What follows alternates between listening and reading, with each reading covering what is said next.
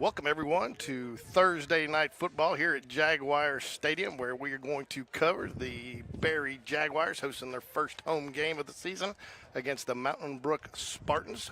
7th grade to kick off first here in about 13 minutes. I'm George. I'm joined by my partner, Mike. How you doing today, Mike? Doing well, George. Glad to be here.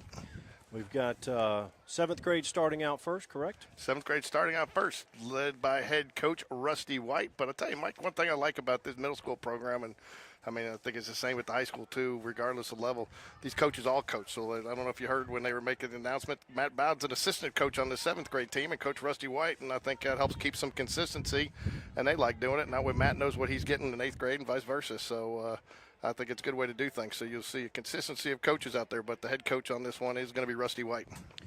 Coach Bowden can coach it all. Tennis, softball, football. Of course, he played collegiately at UAB.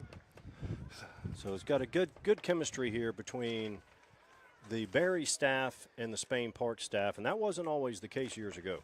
No, it wasn't always the case, but the good news is they work well together. And hold on a second, Mike, I've got to – oh, that's why. Sorry, folks. We want to make sure we keep the broadcast going. Somebody came up here, was messing with the plugs and unplugged the laptop. So we might have had a problem there in the control room, but we're back. So it's going to be an exciting couple of days here at Jaguar Stadium. Varsity kicks it off tomorrow night against Sparkman. Even though Sparkman's still 7A, Jags make the move to 6A. But I'll tell you, that's something else that you'll see as we cover some of these games in middle school for the middle school teams. They did not really make that change. They stayed in the Metro. So, again, Mountain Brook's been a 6A team, but they're played in this Metro. So you still have the North-South, and so you'll still see teams like Vestavia, Trussville, the middle school playing.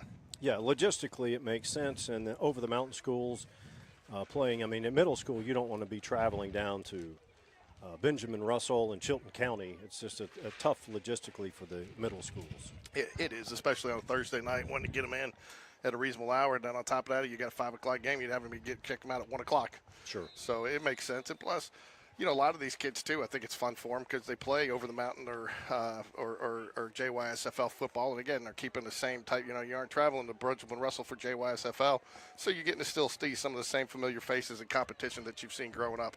Sure, and then a lot of these kids play against each other in baseball, basketball, and other sports. Yeah. So, anyway, so. We've got a kind of a guess. We've been out to practice a couple days, and we've got kind of a guess of who we think might be starting. I'll run through the Berry offense for you, and then Mike will run through the defense. But outside receivers expected to be number 13, Madden Tubb. Inside receivers, number 4, Nolan Walker. Quarterback for the Berry offense should be number 15, Luke Kramer, running back. Number 8, Jameer Hudson. Number 23, the fullback, up back, Malachi Pitts. Number 26 will be your tight end, Jacoby Bates.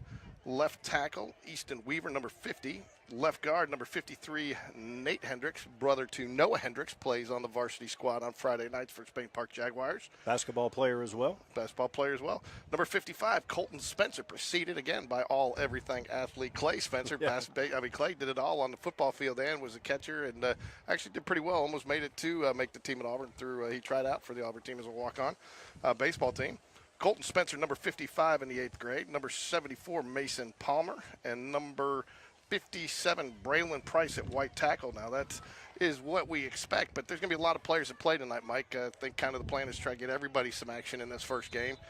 So you'll probably see pretty much your ones and twos in the first half, and I think you'll see some other guys that they're giving looks in the second half get some opportunities. Right, that was the 8th grade offense. Whoops. Yes. Okay. So sorry, guys. Let's go ahead and go over the 7th grade. 7th grade. Hey, I'm jumping ahead. I'm sorry, folks. First game jitters. So for the 7th grade, we got number 15, Wes Smith, outside receiver. Inside receiver, number 32, Ty Price. Quarterback's going to be Benton Tate. Number 14, Parker Van Zant is going to be your running back. Your up back's going to be Mason Edison, folks. You got tight end, number 45, Lofton Sensenbaugh.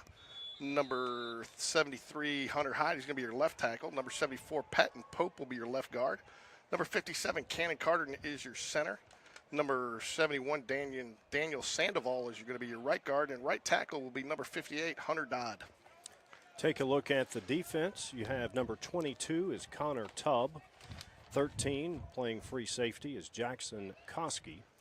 And then Ty Price, who also is expected to play receiver, he'll play rover on the defensive side. And then number 19 is Corian Barber. Wes Smith is going to play receiver and Sam linebacker. Mason Eidson is going to play Mike linebacker. Dawson Lee, number 33, will play the will backer. Defensive end, Demarion Terry, number 20. Then at tackle, you're going to have number 45, Lofton Sensabaugh. 55, Lamaj Nesbitt. He'll play nose tackle. And then at the other end will be number 28, Junior Jackson. So one thing that I know we're far from November and Thanksgiving, but one thing that I'm thankful for is we don't have double numbers. We don't have double numbers. Yeah, I'll tell you what, that always does pose a problem. And I'll tell you, now the high school, I tell you, it was funny because last year Wendy, my wife, was out of town and she was watching on NFHS and or whatever, not the NFHS, but the broadcast that Friday night does, the Hoover Toyota broadcast. Sure. And she got all upset because she thought Logan was a captain, and they even named Logan as a captain when he went out there. It turned out to be Chase Wollsonecroft because they had the same numbers. Yep, both number 10s, right? And Will was up there, and he's just looking at the numbers. So I think after that they started giving him an advance on who was the captain. So, but yeah, so the double numbers cause problems, and I mean, several people even news and stats-wise, some of the stats service give it to the wrong player when they, because it's just tough. You don't recognize with no name on the back of the jersey. It's tough. Well, at the tail end of his career, Vern Lundquist, he was Hall of Famer, but towards the end he had some troubles keeping up, and I remember watching back, 10, 15 years ago, you had Julio Jones at Alabama's number 8, and then you had a kid named that was playing special teams number 8, and he couldn't distinguish between the two, and it's just difficult because they don't give the roster with number 8-0 or number 22-0, and that really helps. Tonight we're going to have Spain Park's going to be wearing the Carolina blue jerseys, or Jaguar blue. Black pants. That's going to be a little bit hot out there tonight. And then Mountain Brook, they're going to wear all white. They almost like the Penn State style, other than having the Spartan on their helmet. They're going to have white pants, white jerseys, and white helmets. So we should be getting pretty close here to the coin toss. Captain should be lining up here any minute. Okay, so let's quickly go over things that are going to be different from this game, middle school football and high school football. Okay. There are no punts, right? No punts. You're going to do punt on air. There's going to be a 10-second runoff on the clock, and you go 35 yards, I believe. Okay. So you go 35 yards. Then you've got what about the kickoffs? No kickoffs either. So I think you start at the 25 each time. Now you can go for 1 or 2, depending on you can kick it. I think the extra point sounded like 8th grade was probably going to be electing to go for 2 points every time, from talking to Coach Bowden. But you can kick it for the extra point here at this level. Okay, and then do we know that? Do you go from the 2-yard line and the 5-yard line as far as going? No, I think you're pretty much going from the 2-yard line both ways. But we'll find some of this. We'll learn. I mean, every year they change a few rules. I mean, heck, I haven't even gotten caught up on how they're kicking off in the NFL yet. That's quite interesting, actually. So far, I don't hate it. I feel like it's going to be bigger plays. The offense is going to start with better field position from what I saw in the preseason. Of course, the preseason product is a much different animal than what we'll see on NFL Sundays. But I think it's going to be a nice change. But I think you're going to have better starting field position, and you're going to see a little more dynamic runbacks as well. I do too, and I think I think the important thing is to see less injuries. That's one of the things I want to talk to Coach V about just a little bit. Is I was out of practice last night. One thing I'm very impressed with, or we've been out of practice several times over the last 2 weeks, but they've got them wearing the padded helmets in practice now. Okay. All players. You know what I mean? Is parked in the side lot and is not in a parking spot. Again, if anyone is parked in the side lot and is not, They're calling you out, George. No. parking spot, You have to use the parking spaces. you'd be best advised to please move your vehicle. I'm not in the side lot. You're at risk of being towed. Again, if anyone anyone is in the side lot and is not, not in a marked off parking spot, you need to move your vehicle. Thank you. So we should be starting here by about 4 minutes left. Oh, yeah, we got our captains lined up over there. I can't see the numbers yet. Can you, Mike? You know what? I forgot the binoculars, and we talked about it yesterday. Killing me, Smalls. So I'm going to use this other camera. See if we can't get a zoom in. I believe you got number 11, a number. Here they come. We'll get them here in a minute. Get your captains for you. Looks like 16, 18, and 11. 11 is going to be Benton Tate.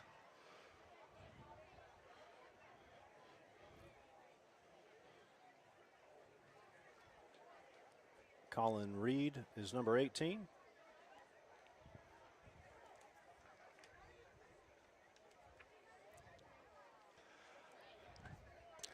Captains exchange some pleasantries, some nice greetings. Always a good way to start off the. So you do see 7th grade lining up in. You can't see it on the camera here, but 7th grade is lining up on an extra point attempt here in their warm-up. So I think you might see them take a kick or two if they score a touchdown here today, which we hope they score many, right? Sure. Hayes Marr is number 11. He's also a captain. Spain Park has 3 captains at midfield. Mountain Brook has 4.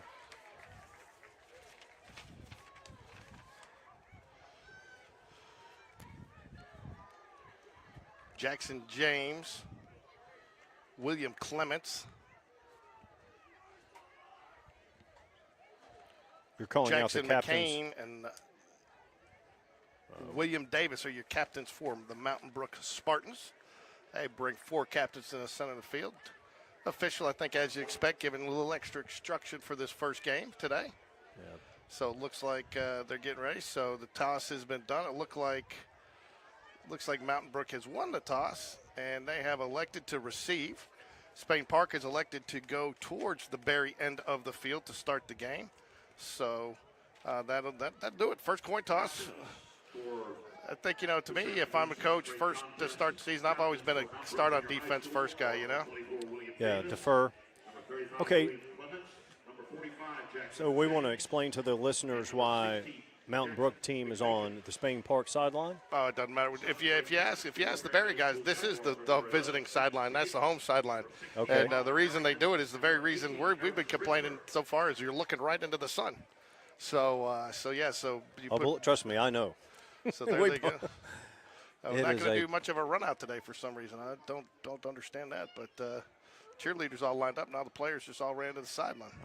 Yeah, I think they got behind schedule. Yeah, so we got 1:07 on the scoreboard to kick off. So I believe Coach Adams is the middle school cheer coach.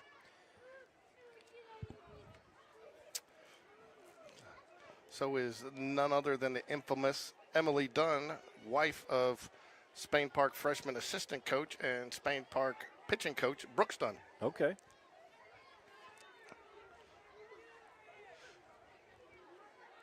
In fact, Coach Dunn there, Ms. Dunn, making the move from high school to 8th grade this year. She's moved from Spain Park to Berry. Okay. She's an 8th grade science teacher.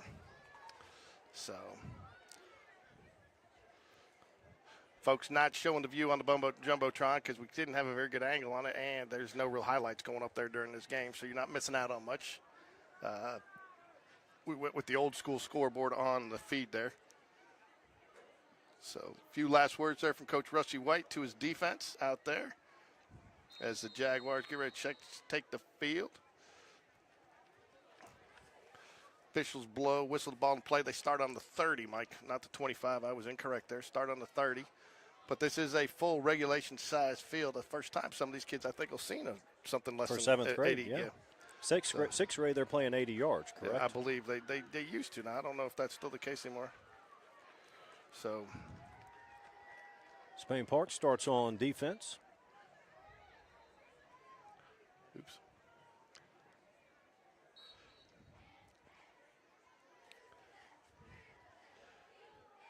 Mountain Brook going to be in the pistol with one deep back. Chris Alt out of Nevada started that many years ago. Right out of the gate there. Looks like we're going to have a false start on the Spartans. Looks like Jaguars playing a little 4-4 defense there, Mike. Thomas Moran, the ball carrier for Mountain Brook. There's a flag on the play. It's all about personnel, right? Yep.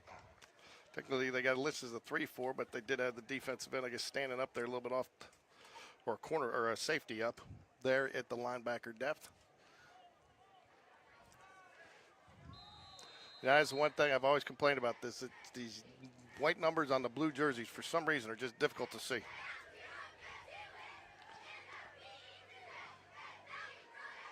Thomas Moran is the lined up at quarterback, or is he the H-back? That's Going to hand off around the end here. good tackle Good there. solo tackle. Number 4, again, the ball carrier, brought down by number 31, Sam Beverly, for your 7th grade Berry Jaguar defense. It would help if I did the same thing. I've got my 8th grade players list up here. Sam Beverly, nice tackle there. Sam Beverly, I believe, is the son of Coach head Beverly? Coach Beverly and younger brother to Mac Beverly. Okay. So, yeah. So, good little tackle there. Loses 3 yards. Oh, no, I take that back towards a penalty. Picks up 2, so my apologies. We got a 2nd and 13 here, folks. Mountain Brook has number 35, William Clements, taking the snap. Looked like a little bit of movement there. Jaguars get into the backfield. Nice tackle there. I can't see the number, but he really... Again, to number 4, Thomas Moran. Number 32 was in on the play. That's Ty Price. That was a great tackle there. He had gotten through to the 2nd level there. About to get... tried to make a little jump step move there, Mike, and Ty Price was not fooled and stayed at home. Made the tackle straight up on him. He had some help from his teammate, too, down below. Ty Price in the rover position for the Jaguars. Tell you what, man, we're only 2-3 plays in, but these don't look like 7th graders right out of the gate. I see no nerves right now out of the field yet on the defensive side of the ball. They look like they're ready to play. Yep, well prepared. Jags going with a little 2-deep safety there to protect. We're going to get a timeout, Mountain Brook. They're going to need a minute to talk this one over on a 3rd down and 12 coming up. I don't know, what did we get there? Now the officials see, oh, yeah, we did get the timeout. So I tell you, the ones that look a little confused aren't the players, it's the officials today. Yeah, it's been a long off season. They've been doing baseball and basketball.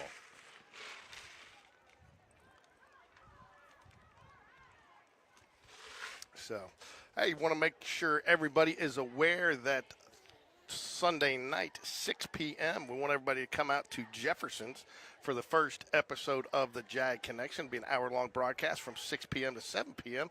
Be joined by Coaches Mount Bowden, Rusty White, Coach Tim Vakakis to go over all this week's game action. We'll break down some highlights, we'll even break down some plays. Text in, chat in. If you're not there, or even if you are, you can chat in your questions, and they'll take your questions. And we'll be talking everything Jaguar football. You know, Mike, one of the things, part of the Jag Connections kind of encouraged us to, asked us to get involved with is cover a couple of middle school games. We're going to cover a couple freshman games and even cover a couple youth games this year. That'll be fun. It's going to be stepping out of our comfort zone, but I look forward to it. Late snap, that's going to be a legal procedure. Legal procedure. Motion. It looks like the Number 15, Wes Smith, in on the tackle for Berry. Flag is on the play. Looks like maybe 3rd and 17. Not too many plays in the playbook at 7th grade level for 3rd and 17. No, that's one thing, and I tell you, it's one of those things that I got shunned for in the youth era. Was always questioned, should it be a 5? Should it be because when you're holding a 10-yard penalty, you've basically killed that drive. Sure. Good penetration there. He gets to the edge. He gets about 4 or 5 yards back. Yeah, so they'll do the air punt here, correct? They'll do the air punt. So, well, they don't have to. They can still go for it if they want. You're not required to punt on. I'm not sure that he will go for it here, but. That brings up 4th down. 6:07 to play in the first quarter. Spain Park will get their first possession. I say 6:07, but they're going to do the 10-second runoff. Get it down to, well, it's more than 10 seconds. So they're going to go 15 seconds this year? Maybe. Yep. Tell you what, if you're out there watching us, I'm not sure what time he's going to be joining us, if it'll be in the 7th or the 8th grade game, but Coach Tim Vakakis is going to be joining us. If you want to ask him a question, go ahead and chat one in through the chat, and we'll try to get it on air and ask him. Make sure if you want it, please make sure you include at least your first name. And if you go to one of the schools here, you play or any youth football or anything, make sure you put your team on there. So we'll make sure to include that information in the question. Jags will take over here, though, on their about 44-yard line, getting the short field to start the season. Under center for the Jaguars, we're going to have Benton Tate taking his first snap of the season. Handoff, nice miss on the tag, makes a man miss, and picks up a good 3 yards there. Van Zant, nice tough run. Whistles blowing the ball. I'm not sure what we've got. Don't see a flag on the field, Mike, do you? The referee was motioning for number 32 to come off the field. I'm wondering if he had an equipment issue.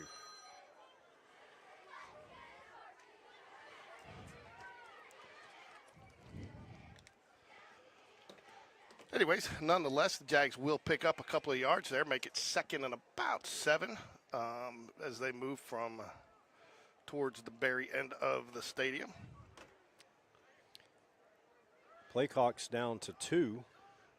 He gets it off, and we're going to get a pass, right? We're going to probably have an illegal formation there, but that's unfortunate. But that was a nice play right there, Mike. Yeah, 5 men on the line of scrimmage. So I tell you what, there was a little zip on that pass too. It wasn't the typical freshman or 7th grade, little floater you see out there. No offense to the 7th graders, but that's usually the most they can muster. Yeah.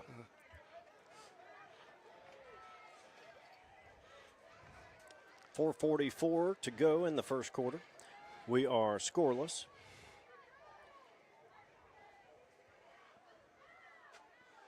All right, now I got Roman Roadsall.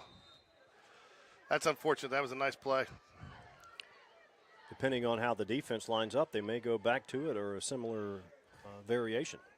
They're going 3 wide on this side, on the far side. There we go.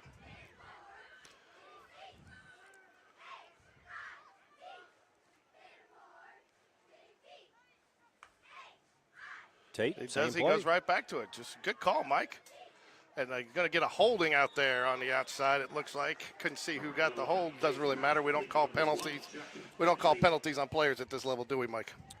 What penalty? Exactly, but the only penalty so far is me reading out the 8th grade roster when it was a 7th grade game. So. Hey, it's our first game too. Yeah. So it's the first game we've done football together. This actually the second football game we did. We actually got don't shoot me, but I got talked into doing a 3rd grade Vestavia Hoover championship last year, and those families and kids loved it. It was fun to do for the kids in the championship game. I recall, and it was had good views. A lot of people enjoyed it. That, except for everybody enjoyed it except for JYSFL, because they replay those games. Got a nice little handoff up the middle. Oh, great hole. Way to seal that block. And he gets the corner. Oops, sorry, folks. Van Zant. Touchdown, Spain Park. Van Zant goes, let's see, where was the yard marker? He went about 60 yards there. He did go 60 yards. Well, actually, more than that. They started that drive, I believe, at their 44, and they got pushed back about 10 yards. So, yeah, about a 65-yard. So good speed. He got to the corner, and the one defender had an angle on him. Didn't matter. Van Zant took it to the house. All right, 7th grade. Going for the extra point. It is up and through. Wow. I tell you what, that was – did you see that block on the corner there, Mike? By the right looked like it was the right tackle. Hunter Dobb really blocked that man inside well to get that corner for him. I mean, the running back made a man miss. They gotten up there with a little sidestep cut there, but the right tackle there really did a nice job sealing that block. He sealed the edge very nicely. You can tell, you mentioned it, the very first possession, the kids look prepared, right? And they look ready to be out here on the in the stadium instead of on the practice field, even though it's about 90 degrees, probably close to 100 out on the field. Yeah, I'll tell you. The big thing I haven't heard yet, but I'll take a little swing, a little pan while we get a minute here, and see if you can see it. But down here, you can't get the cameras. Oh, there. You kind of see them there in the background. The little brick building there is supposed to be new bathrooms that are supposed to be open. They were supposed to be ready for baseball. They got delayed. They did them as part of baseball, so they're double-sided. So you can access them from baseball. And these are supposed to be some new visitors and some to overflow restrooms and stuff. And they were waiting on some inspections. So hopefully those will be open for the game today. And I don't think we need it. We don't have much overflow cloud in the visiting stands, but at least for the varsity game. So Mountain Brook will start at their own 30 there with the kickoff rules. And Jags take a 7-0 lead here, opening night of high school football here in the state of Alabama, right? Absolutely. Van Zant had a really nice run, but you know what was almost equally as impressive is the fact that nice tackle. They're going to call him for a face Yeah, mask. I think so. As the fact that the 7th grade coaching staff is saying, hey, we're going to have a holder and a kicker because in 2 years, in 3 and 4 years, that's what we're going to be doing. Well, and I tell you, that was one of the things, and it was nice. Alex Lloyd, who's actually going to get the opportunity to kick at Lawson State this year, that was one of the nice things. He was a little smaller when he started playing youth football. It was tough to find a position for him, but, he could kick. So we committed to the kicking game, and unfortunately at that point we had kickoffs, okay? Mm-hmm. We didn't have punts, but we did have kickoffs, and it was nice. And now he's got an opportunity, and again, my son was the beneficiary of some of that too because he ended up snapping, and he was one of the few that could do it at that age. Ended up being the long snapper last year. Ended up getting special team player of the year, and didn't have any bad snaps last year. But again, those are places you can find for kids that can continue to play this team sport if maybe they don't fit into the linebacker or a lineman. Sure, and you need to develop those skill positions, the kicking positions just like the skill position. Little jet sweep faker there, but again, nice tackle. One-handed tackle there. So far, Mountain Brook's offense has been the 15-yard face mask. Number 20, Demarion Terry. Yeah, Demarion Terry, number 20, off the defensive end there. Nice tackle, though, but he got a hold of him with that. That's some strength right there for a 7th grader. It's going to be – they did get back to the line of scrimmage, so that is going to bring up a 2nd down and 10 here for the Spartans. One thing to watch for at home, everyone's watching the ball carrier, and then they're watching the pursuing defenders. Watch this defensive front here. Number 55 is creating chaos up there. Number 55 is Nesbitt. And then they have 4 lined up now, and they are beating Mountain Brook physically at the line of scrimmage. He hands off to the jet sweep. Little hole for him and makes it a nice cut. Going to get about 7 yards there. Can't see a host of Jaguars over there on the far side of the field to make the tackle. That's Koski. No, that was Koski made the tackle, excuse me. So it brings up 3rd and 2, essentially going to be 4 down territory, right? Yeah, I would think so. I mean, the only thing is I don't think you didn't saw a whole lot out of your defense that last series. So, but I don't know if you want to put the Jags here at the 50 if you're only down 7. I think you got to pick up some yards here, get back to the line of scrimmage if you're thinking to go for it on 2 here. Hand off. Nice and the Jags are in the backfield. That may change the scenario. Now it's 4th and 5 at midfield. Number 5, Mason Edson. Mason Edson, number 5, on the tackle for your Jaguars right there. But he blew up the backfield. He might as well have taken a handoff. Absolutely. That front 4 is getting the best of Mountain Brook's offensive line. We're at 2:12 remaining in the first quarter. Spain Park 7, Mountain Brook nothing. If you're out there watching, you don't have to chat in a question. Just give us a Go Jags out there to chat. Let us know you're out there. So they did punt, Mike. I think after that, losing that many yards, you got to, again, you're down 7-0.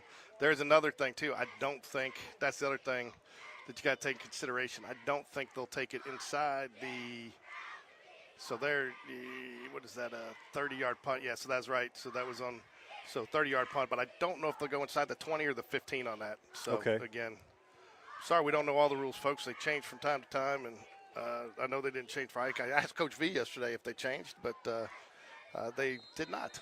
I mean, they didn't in high school, so. So after the clock run off, we're down to 1:49 remaining in the first quarter. Back to Drops throw. back to pass. He's going to go deep. He's got him. Overthrows him. Nice. I like the thought there, though. They're not afraid to throw it around. No, and and I think the most important part that you look at right there is on most of the plays the Jaguars have had so far, we've had some decent blocking up front. And I think that that's one of the. I mean, it's critical at any level, but I think it's even more critical at this because one missed block turns into 5 missed blocks. Sure. They're exponential at this level for the most part. Yeah, absolutely. And a lot of people would look at that play and say, well, he threw it too quickly, but you rather have your quarterback get it out fast than hold it too long. Yeah. And this is game Hand one, off, too. Round left side. He's got, nice cut back there. Nice cut again, and he's going to get about 9 yards on there. That's a great little run there, Mike. 14, Van Zant. Yeah, I like the way he's getting outside. Getting the blocking is doing a nice job getting them inside, making it almost a one-on-one matchup. There was a one-on-two. He got him at 2 different times, but made 2 nice little cuts there to turn, what probably should have been a 2-3 yard gain into a 9-yard gain. He's making the first man miss, which turns into a numbers game, and then he's got the speed, as we saw on the long touchdown. Once he gets the edge, yeah, they're not you know catching. what they call those yet, right? Yams, yards after miss. Another run again. Oh, good play there by. I tell you what, though. Again, I'm not trying to do too much here, but you want to talk about fundamentals, okay? If you look at how the running back is moving towards the line like you're taught to do, then making his cut. A lot of people that are younger at this age try to get it, sweep it right outside, Sure. And you give the linebacker the angle. When you cut up there, you draw the linebacker up, you close the distance, you cut off his angle a little bit more so that move becomes more effective. Really good play there by number 45, Jackson James. He's the first player so far that's brought him 14 down unassisted. Again, there he's we going to go. go around. Oh, great. Another First down. yak yards, baby. So we're down to 22 seconds remaining in the first quarter. I think they'll stop the clock to move the change, but my guess is that's going to be the last play of the first quarter here. Jags taking a 7-0 lead into the second quarter. I think if you're Rusty White and all the assistant coaches for Spain Park, you got to feel pretty good about where your first quarter there. I don't think you could have asked it to go any better. Solid. Okay, so they're lining up as if they're going to snap it. They do. Another pass. Good throw, good catch. First down. 49-yard line. That's where Spain Park will begin the second quarter with the ball. If I'm, and again, I don't want to put too much pressure on a kid after one quarter of football, but I mean, haven't seen many 7th graders pass like this right out of the gate. No. Well, I mean, I think back to maybe Brock. Yeah. Congratulations to Brock Bradley, ladies and gentlemen. Committed to Clemson yesterday.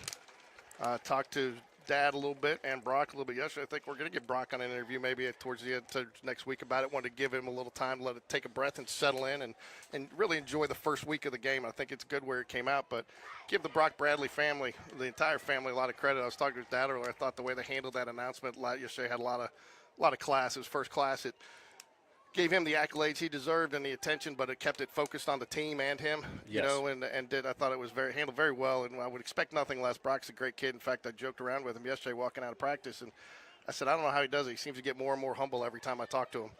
He's a good kid, he has really turned into a team-first guy. Not that he wasn't before, but, I mean, it oozes out of him, and I think he realizes, he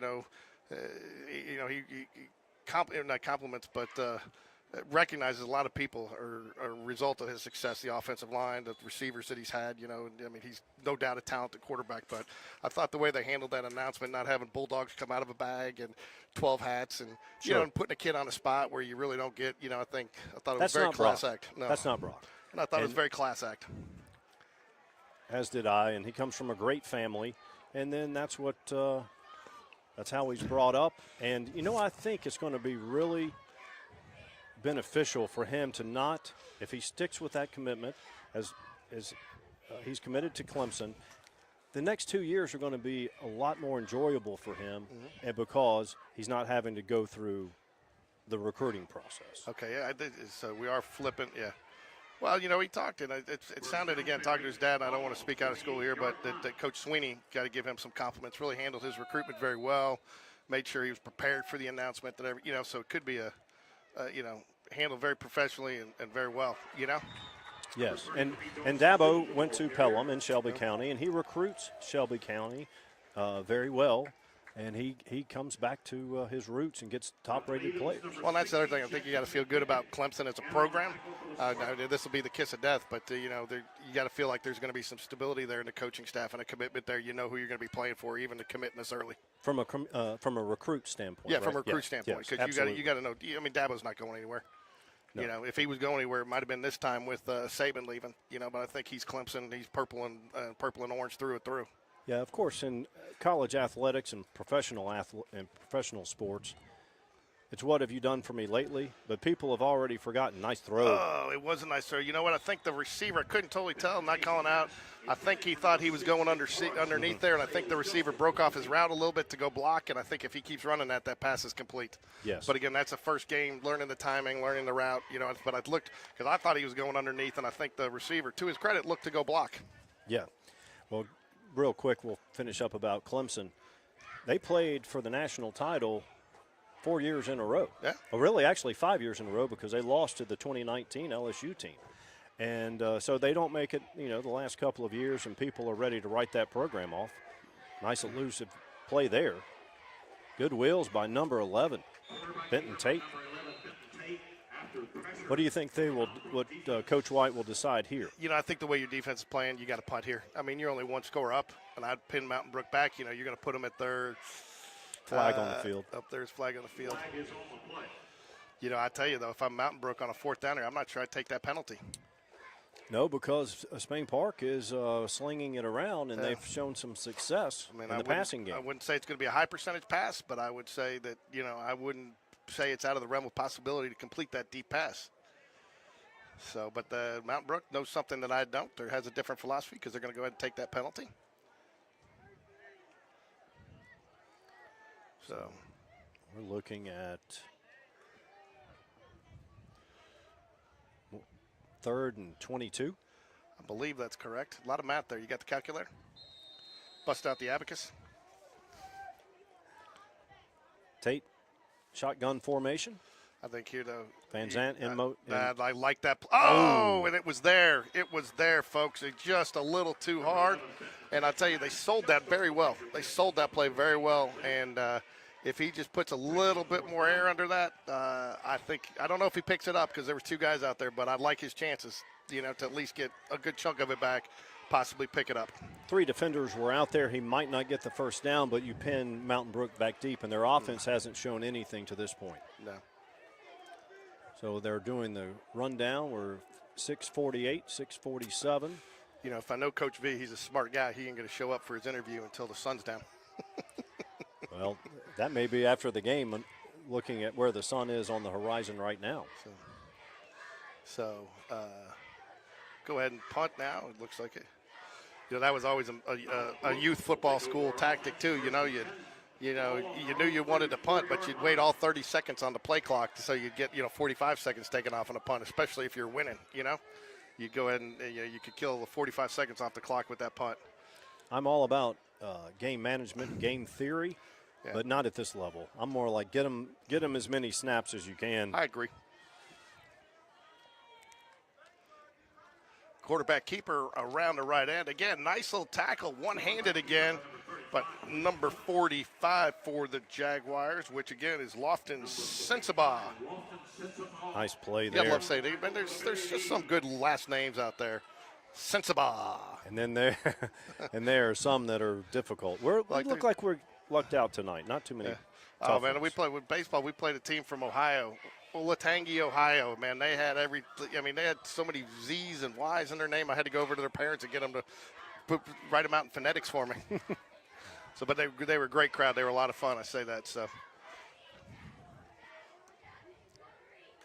pistol formation, Mountain Brook, number 35 still taking the snaps. Fumbles the snap. They're basically doing 35 left and 35 right with an occasional handoff, but Spain Park's defensive front is disrupting everything they want to do. Yeah.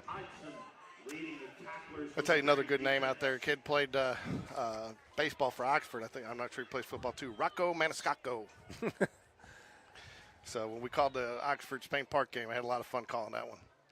Rocco and he couldn't be a better kid too. Nice kid. Talked to him after the game.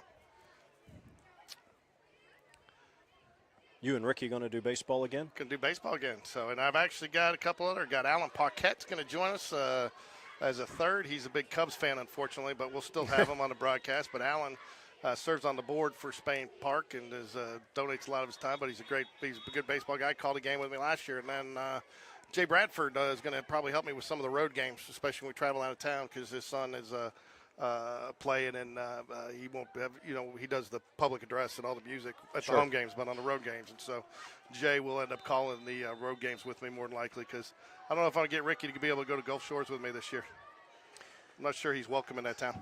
Is Logan Bradford going to stick with baseball only, or we're going to see him back here on the football field? No, baseball only. He's been on the football field. Logan's unfortunately gone through some he had kind of an injury-plagued season last year in baseball. Had a great summer season with XL Baseball.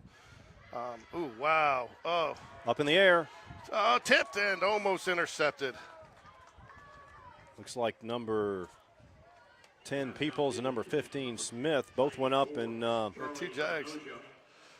Couldn't come down with the interception. I didn't get the number, but the quarterback hurry there. It looks like they're going to punt, so they're going to get the punt off real quick here. But I tell you, it was nice that thank George, sorry. It was the defensive lineman, again, back in there. I think it was Sensabaugh back in there. I didn't get the number, so if it wasn't, I apologize, folks, but it looked like Sensabaugh off that end really got in there and disrupted that pass and made the quarterback throw off his back foot much earlier than he had wanted to. Yes, you've got Sensabaugh, number 45. Number 55 is Nesbitt, and they have been a disruptive force. The quarterback can't do anything that – even if he's not running right or left, if he's trying to make a handoff, a lot of plays, Berry's defensive front is in the backfield. Yeah. Berry's turn on offense, first and 10, ball on their own 42-yard line. Good thing we have a good PA announcer. He's helping us out since don't have the binoculars up here using the camera. No, doing the computer broadcast, filming, calling. New quarterback on that snap. Yeah. Number 14, Harper sends the ball carrier. That looks like number 18, Corian Barber. Number 45, Jackson James. Now on the tackle for Mountain Brook. Yeah, Mountain Brook's number 45 playing a good game too. He's getting called out every other play. Here's the deal, though. This is one of the things about seventh grade football. I don't want to jinx it, but you only up 7 points here. It is as dominant as Spain Park, Berry has been thus far. You're one play away from being a tie game. Right. If anyone gives us grief for calling Berry Spain Park, they'll just have to deal with that. Great throw right there. First down.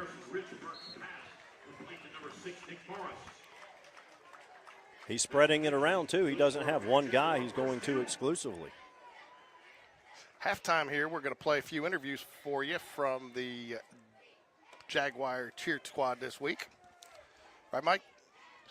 Those were good. You did a good job with those. We're going to let you hear some from the unfortunately, it's not the Berry cheer team. It's the Spain Park cheerleaders. But we're going to play the interviews from the three.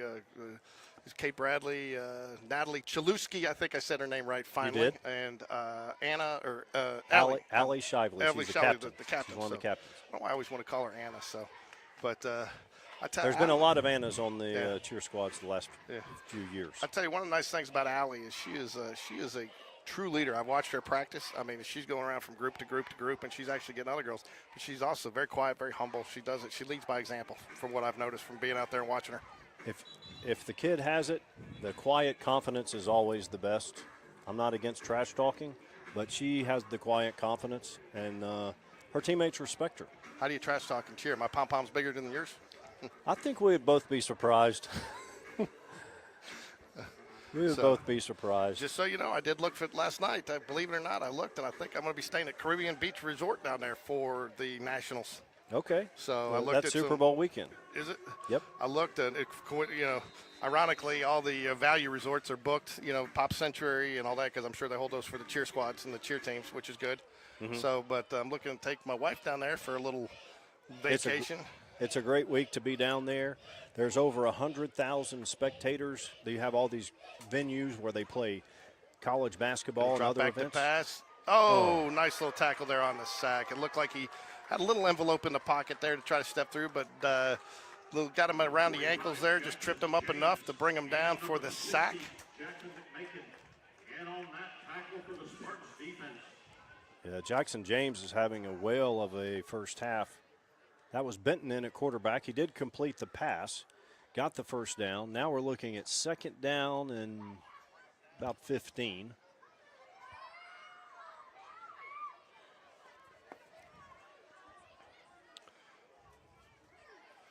Going to run a shotgun set, one back with the quarterback. Drops back again to pass. I'll tell you what. If he gets, wow. He gets away. Wow. Still on his feet. For a gain of 2. A lot of effort from Van Zandt to get the. I'm going to mark that one as a highlight here on in the control booth. But the problem is, it only goes back 10 seconds. So I'm not sure that. I think that play took longer than 10 seconds to develop. I think at the break here, I'm going to go change our time on those. When Spain Park was playing in the first quarter, obviously going the other way, going north, they had on the large side of the field, they had a receiver wide open. Then they go deep. 5 wide here. Look, this guy's not going to have anyone over the top. They went to the short side of the field. They had to. Oh, he's got complete. First down again. I'll tell you. No, that's not. Oops, sorry. Yes, I was calling. That's Harrison Richburg is the quarterback for Berry now. Who's that? I can't tell. I've got the sun right in my face now, Mike. You got a hat on. Note to self: bring hat next time. Are they sending the middle linebacker right up the middle? Is creating that pressure there? I did not see that particular play, but we have the referees powwow at midfield. There's a penalty on the play. Illegal man downfield. Wow, that was pretty quick. Yeah, I know he did roll out pretty good there. So they are going to bring that back. A nice completion there.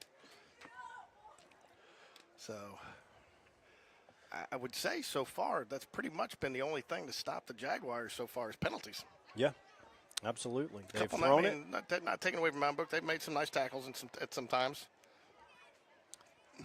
Spain Park's gotten big plays on the pass game and the run game. Right now, I don't see, is that Van Zandt spread wide right? Looks like it. Yeah, empty backfield. Official's got his hand out. Everybody's set and in good position. Is this Tate back in? Yes. Yeah. Nice little pass there. Throws the man off. Gets the outside. Does not get out of bounds. Clock will continue to run.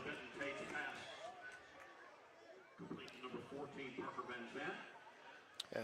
Number 18, Richburg, had some nice plays there. He had completed several passes. The last one was complete for a first down. It was called back due to illegal man downfield. That last play, Tate was in, completed a short pass, so it's going to help with field position. So it's fourth down here. So to my point, they're going to let the clock run down. The team's going to stand over there. They're going to call for the punt and let the 15 seconds run off. Should give the Spartans the ball back just under a minute, maybe 55 seconds left to play. 1:11. And then that's remaining in the second quarter. Even if Mountain Brook just eats the remaining 1:11, I'm not going to say they're going to feel great about the first half, but being down only 7-0, this game could easily have been 13, 20 to nothing.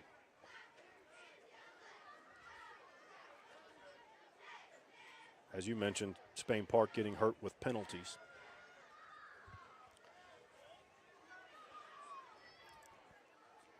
Don't worry, in about 5 minutes, the sun's going to be directly on the line with our eyes, and it'll be even hotter.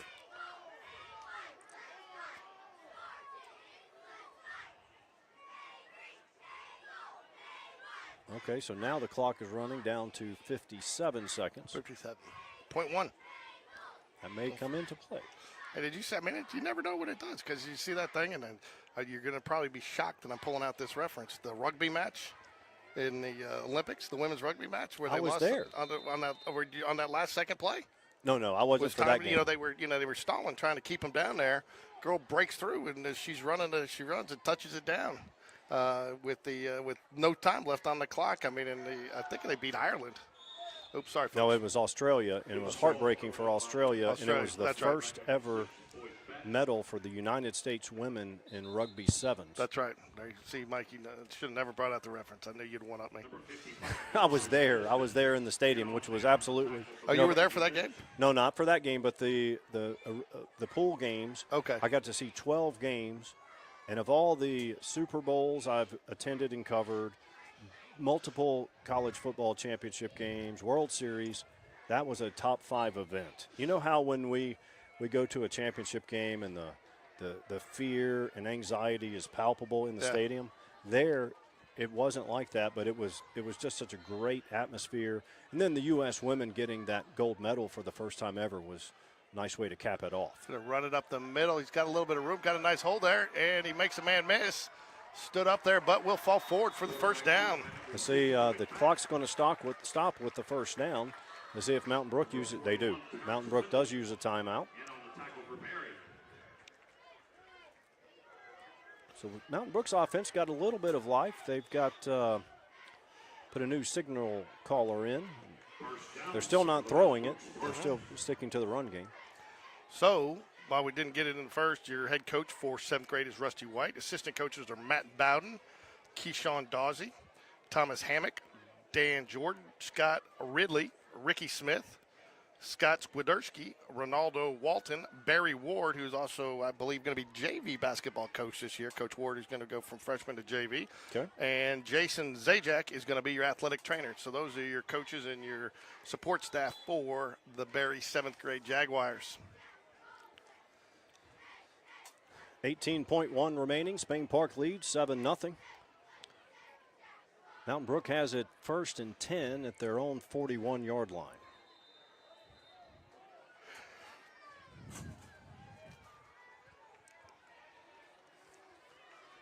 Number 6, Boyd Beck, in at quarterback for the Spartans. 18.1 seconds left here. First down and 10. Oh, snap high over snap. the head. Running for his life, but he's pretty elusive. And I think everybody's going to be content to let the clock run out there. Number 15, Wes Smith, I think is the first Berry tackler to. That'll do it. We head to the locker room at the half here. We're going to listen to some Spain Park cheerleaders. Okay, I'm joined right now by Spain Park senior cheerleader, Natalie. I'm not even going to try to say your last name. Could you say it for folks, please? Cheerleader. Cheerleader, will you spell that real quick one time? Chelewski. So Natalie had a very interesting summer. Not only did she do her normal Spain Park cheer duties to prepare for this season, but you also did something special. Tell people what you did over the summer. So I went to a lot of college clinics, such as Troy, Mississippi State, and I also just went to this combine where there was just a bunch of colleges there, and they were just there scouting people out, seeing who they wanted to have on their teams and seeing where we would like to see ourselves in the future. Now, when you go to these clinics, is it something you're just trying to show them what you can do, or are they also trying to teach you things that they're expecting you to be able to do if you want to cheer at the next level?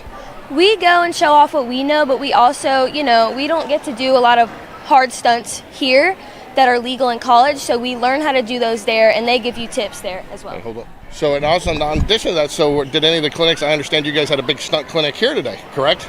Oh, yes. So West Georgia, they have this thing called Proven, and they come to different schools, and they kind of help with your stunning technique, and they teach you new skills and stuff like that. So when you go to these clinics over the summer, when you come back, are there things that you can share with your teammates of things that you've learned and make them better cheerleaders? Absolutely. So today we were learning a skill that I had never done until I went to the combine, and so I got to kind of know the beginner things about the skill that I got to teach and show my teammates. So when you obviously doing those clinics, cheering at the next level is something that you're hoping to do, correct? Yes, sir. Do you have any particular colleges in mind that you're really looking at? I'm kind of just feeling my way out right now. I may have a couple, but I just don't know yet. So I'm just going to keep figuring out, what I want to do. So Spain Park makes the jump to 6A this year, which can be, we've talked about many times, almost more competitive than 7A in certain situations. But you get to travel to some new schools and see some new teams. Is that something the girls are excited about, going to some different places to cheer? Of course, and I really like away games, so I'm really excited for that as well, because I think we have more away than home games this year. And last big question for you, what's your favorite ride at Disney when you guys get to go down for the national competition? Tower of Terror. Oh, I love Tower of Terror. So, well, we're gonna we said we were gonna try to do it last year. This year, we are gonna make it happen where we come down and follow you guys around at Disney. So we're gonna have some fun with it. Last question: what are you looking forward to most? Your senior year, school, cheering, all the above. Well, I just want to make sure I'm the best version of myself, putting myself out there for colleges. And I'm excited to see where this team takes us this year, because we just have a lot of new people, and I just am excited for the growth. Well, Natalie, last name? Chaluski. Chaluski, I'm just messing with Natalie Chaluski. Thank you for joining us today. You're always fun to watch on the sidelines, and we look forward to covering you this year. Go Jags. Go Jags. All right, I'm joined now by sophomore cheerleader Kate Bradley. Hey, I'm Kate Bradley. And if you recognize the last name, that's probably because you've been preceded by two older brothers. Older brother Jackson now down at Auburn, but everybody obviously knows who Brock Bradley is, right? Yes, sir. Do you feel like you get lost in the shuffle sometimes as the forgotten Bradley? Oh, for sure. Brock's definitely but people don't see behind the scenes the best athlete right here. I was going to say, you see you jumping ahead, you're already taking my job away from me, because that's one of the things I was going to ask you. Every time I interview one of your brothers or whatever, somebody comes up and goes, but Kate's the best athlete in the family. Kate's the best. Is that true? Well, we're all really good athletes, but I think everybody knows who the best is. So yeah, I know you all, but you also played for a while. You played volleyball too, right? I did, yes, sir. So you're all around athlete, but now you're doing cheer. Yes, sir. I've always done gymnastics, so I'm just always been in the tumbling type.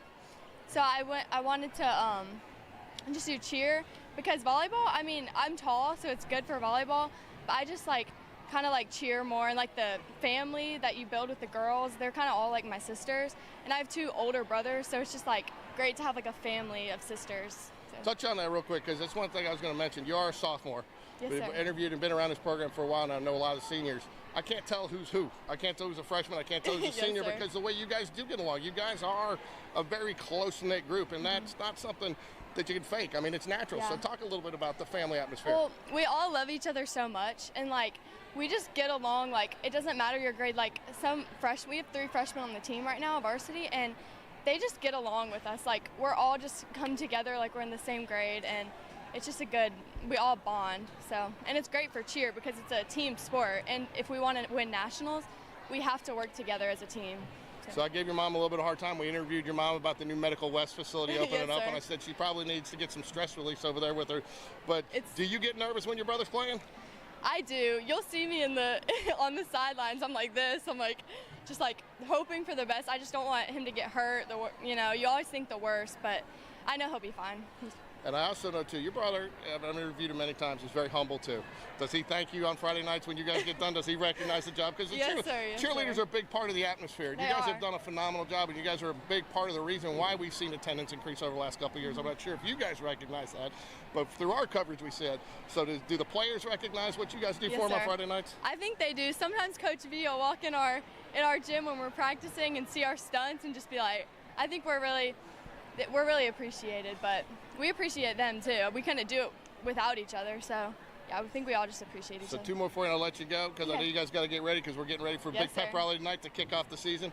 But what's your favorite ride at Disney? Because the season starts with football, but it ends with the big cheer competition down at Disney. So what's your favorite sir. ride at Disney World? I actually don't like roller coasters, so Coach Lambert makes me get on some that I do not want to get on, but I couldn't even tell you because I don't even look. I just close my eyes the whole time. You're a small world kind of girl? Yes, sir. Okay.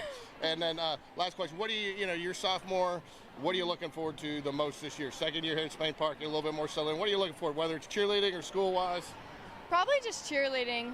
I really want a good win in nationals. Our seniors this year they're really leaders on the team, and we all just look up to them. They're all role models. Our captain, Allie, she's just a good role model for all of us. She's a back spot too, which I've always looked up to her. Even last year, I just always wanted to be like them. So So are you on the top of the pyramid or the bottom? I'm on the bottom. You're on the bottom. Yes, sir. And just so you know, you're not the forgotten Bradley as far as Speed Network Thank is you. concerned. We always ask about you, so you are, and I do. Your brothers give me a hard time because I always tell them I hear you're the best athlete in the house, and I think Yes, that's sir. true. So good luck and go Jags. Thank you. Go Jags. I'm joined now by Spain Park senior cheerleading captain Allie Shively, huh? Hey, how are y'all? So does it feel good to hear captain associated with your name? Yes, but it is a big responsibility. I want to talk to you about that because I've watched you cheer for a couple of years now. We've Yes. covered you and stuff. And you've always kind of had a leadership role on this team. Do Yes. you, as the captain, do you feel an additional sense of obligation to kind of bring the newer girls along and really kind of take them under your wing?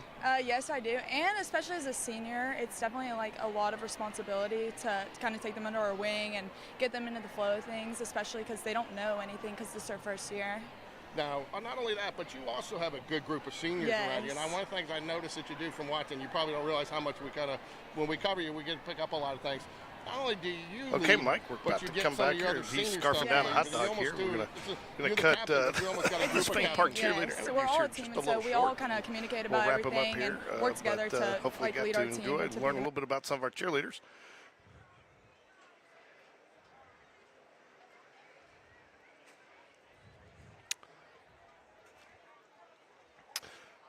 "13 seconds here, and we'll be kicking it off again. Jaguars will get the ball here to start the second half with a 7-0 lead. Jags, it's been pretty much all Jags this entire game except for penalties. Penalties have kind of been the thorn in the side of the Jaguars here in the first half. And again, I'm not going to say put it on the officials, but I think some of them might be a little too technical for a first game, 7th grade of the season, but I guess they're trying to set that tone right out of the gate.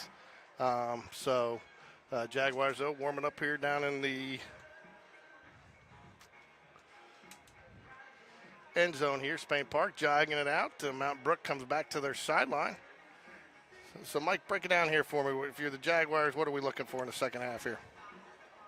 Much of the same. Keep dominating the line of scrimmage on both ends of the field, especially defense, and then just cut down on the penalties, which, again, it's game one, and that's going to happen, but that's really the only thing that keeps Spain Park from having a 2 or 3 score lead. Mm-hmm. They added some time on the clock here. We've got about 2:20 remaining till the start of the third quarter. Yeah, it's about 2 minutes left. Oh, man, I wish I had gotten that. All those, you go try to do that. All those cheerleaders in a row, just 2, 6, 9, 12 of them all just did all front flip, back flip. You go try that, Mike. No thanks, I'm trying to quit that. I think we got an ambulance down in the end zone for you. It would be needed. So, okay, who's on the far side here? It looks like Spain Park students, maybe? yeah. Oh, you know what? I guarantee you, bet you that is a Is that team. the 8th grade team? That's probably the 8th grade team waiting to get ready to go. Okay. At least they're smart enough to get in the shade. Yep. So We aren't. no. Well, you said when we chose it, I'm going to go look at the other side because I said set up on the other side. I think there's more shade over there, but we'll go check it out. We'll get the. I think it's an equal opportunity roasting. Yeah, that's all right. Actually, to be honest, you're probably better here because the wind's coming this way. Sure. So we're getting a little breeze up here. So I'm sure you folks at home are really wondering about our comfort level and what the temperature, the thermostat reads here at the stadium. So It's outdoors, but feels like a cauldron. it's right, though. It's football season, man. I mean, I will tell you, not only as a dad last year with 2 seniors that were graduating, the way Spain Park had played up until – and even Berry, I mean, they both made it to the championship game, the 1 seed, 2 seed games. You didn't want the season to end. They really fired all cylinders, and you really, after that game, nobody wanted to leave the field. Here we go as we start, and so it's I don't care how hot it is. I'm just glad to be back out here. I hear you. You know who I'm glad is joining us. I just got a text from down at Auburn University. Okay. Got Grant Walter, Sean Corey, Logan Brownlee, Jacob Grizz Olson, Landon Huey, and Gavin Major, all passed, all freshmen down there. Spain Park graduates last year, all played football in some level here. Jacob Olson and Sean and Logan and Landon Huey, all integral parts of last year's team. Watching us down there in Auburn University, I want to thank those guys for joining us. I think Grant's cousin or somebody's plays plays football plays on this team. So they're watching. It's nice to see that we're getting some views from some Spain Park alums. Thank you, young men. Glad to have you. Now, Okay, now go study. Right. I bought those textbooks today. Hand off at the middle. Again, nice cut. New running back with the ball gets about 16 yards. Yeah, again, I think you're going to see some different players. I think they're going to try. I think this second half is going to be focused more on substitutions. And I think you'll see a couple of guys get some reps. And again, though, I'm really impressed with these running backs, Mike, because they're running up to the line, then making their cut. Have you noticed that? Well, yes. You know, a lot of guys will try to make that cut or just take that angle outside, and that's where you give the defender the angle. By coming up into that line and then making that little jump step cut, I mean, that's what's making those guys miss. And so whoever the running backs who's working with the running back 7th grade level has done a phenomenal job, in my opinion, so far. That last play was number 33, Dawson Lee. Very good run. Gets good yardage. No flag on the play either. No, nice first down pickup right out. And I'm sure they talked a little bit about that. And wrong way. Good decision. Oh, wow. Brosted play is going to turn into a big gain here. Could be a touchdown. Is he going to get past him? He does. And, sorry, went too fast with the camera. Sorry. Knocked out of bounds at the bound. Still learning football. 15. Sorry, folks. Harrison Went too Richburg. far with the camera. Got too excited myself. Held my finger on the button. Yeah. Harrison Richburg there made chicken salad. He was stopped. He was surrounded by 2 defenders in the backfield. Ended up getting about 30 yards.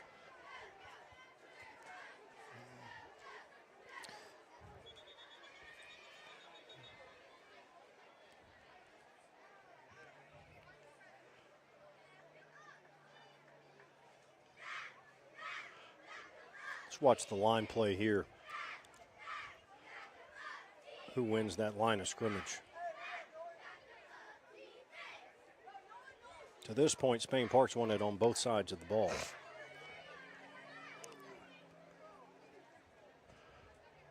Yeah, Mount Brooks had some success there late in that second there, but then again, I think they were blitzing up. Yeah, that's what they're doing. They're blitzing up that middle linebacker. But again, he just runs straight up, missed the hole there. Running back goes to the other side, makes a nice little play there. Picks up about 5 or 6 yards there. Or he's going to bring up 2nd and 4 or 5. Another good run by Dawson Lee. Number 18, Colin Reed, in on the tackle for Mount Brook.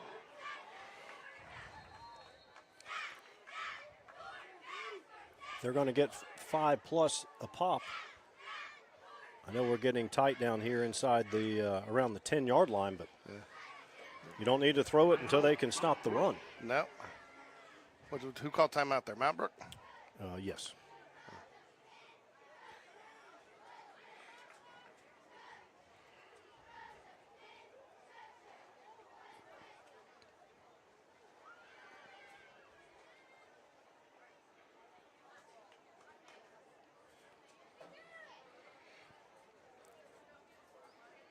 Question. So if you have to use the restroom, you have to go all the way down to the field level, correct? That is correct. Unless you're in the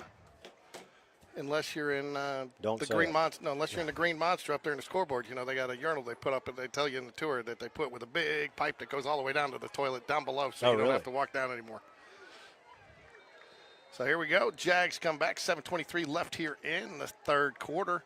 Off to a big start. Started off with a nice little run and then a broken play. Turned into a big gainer and then another 5 or 6 yard run. Snap a little low. He's going to pass it. A nice little catch there. It's 5. Might be a first down. It is, I believe, a first down. And I'll tell you the other thing about it, a little low snap, but the receiver made a nice little catch there on the run. His throw was a little low, but still. Yeah, that was Jones Saunders with a nice catch. You know, best thing about that throw, too, you love as a coach. Only one person could catch that, and that was his receiver, and that's what you want to see down at that. You know, you don't want to take a chance of giving a takeaway down there. True. At that end of the field. So. First down, goal to go. Yeah, I would tell you, I mean, I'm not trying to pat ourselves on the back here, Mike, but I tell you, it was fun last year baseball too. We had a lot of alumni watching and following their friends, and I think that's fun. I think that's one of the nice things that makes it what we do all the worthwhile. Sure, it's very rewarding that when people are out of town, loved ones, friends, family. Timeout, Berry Jaguars. Berry with the timeout now. Wonder if they're going to go run, or hopefully just run and get a touchdown. I think they probably will here, but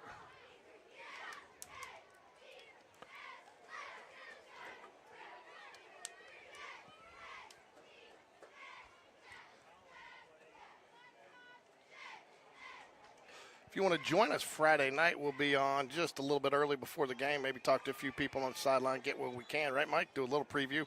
Not going to compete with the Toyota broadcast, but just and try to basically broadcast a few things that we've done throughout the week. Some of the, like the cheerleading interviews and our Monday with Mitchell segment, which should come out tonight on Thursday. Our Monday with Mitchell, but I've had a few difficulties connecting there, and I had a few technical difficulties, like I told you, with my files. I had to redo some of the. But anyways, it's all good going forward. It'll be out on Mondays. Going forward, but Mitchell Frazier gives a player's perspective each week on what's going on the field and in the classroom. Look forward to seeing that one. And we had Palmer Cernilia as the senior spotlight for the cheer program. We might have her on the. Oh, good. The receiver got turned around to you. He didn't go run. No? He's not One Republic. Run. Number 30, sails just incomplete.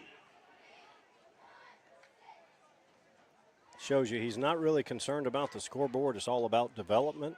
And at this level, that's what it should be. Mm-hmm. So I tell you, you know one thing I'm very encouraged to see, Mike, and I think it's impressive, and a tribute to what Coach Lambert has done here. Look at how many cheerleaders we have down there on the sideline, and I mean how loud they are, and just what a part of the atmosphere they are. And I think, I don't think they get overlooked as much as they used to anymore because I think people recognize them, But I think, and I know. That's standard for cheer, and I mean they're doing the camp this week where they're including middle school and some of the youth cheer and the numbers from what I understand were through the roof on participation in those camps with the younger girls this year. That's good to hear, and for those that don't know, you see them on the sidelines on Friday nights and on the basketball court for basketball games, and if you think what they do there is athletic, take a look at what they do in the competitions both state level and nationally. Here we go. Touchdown. That's.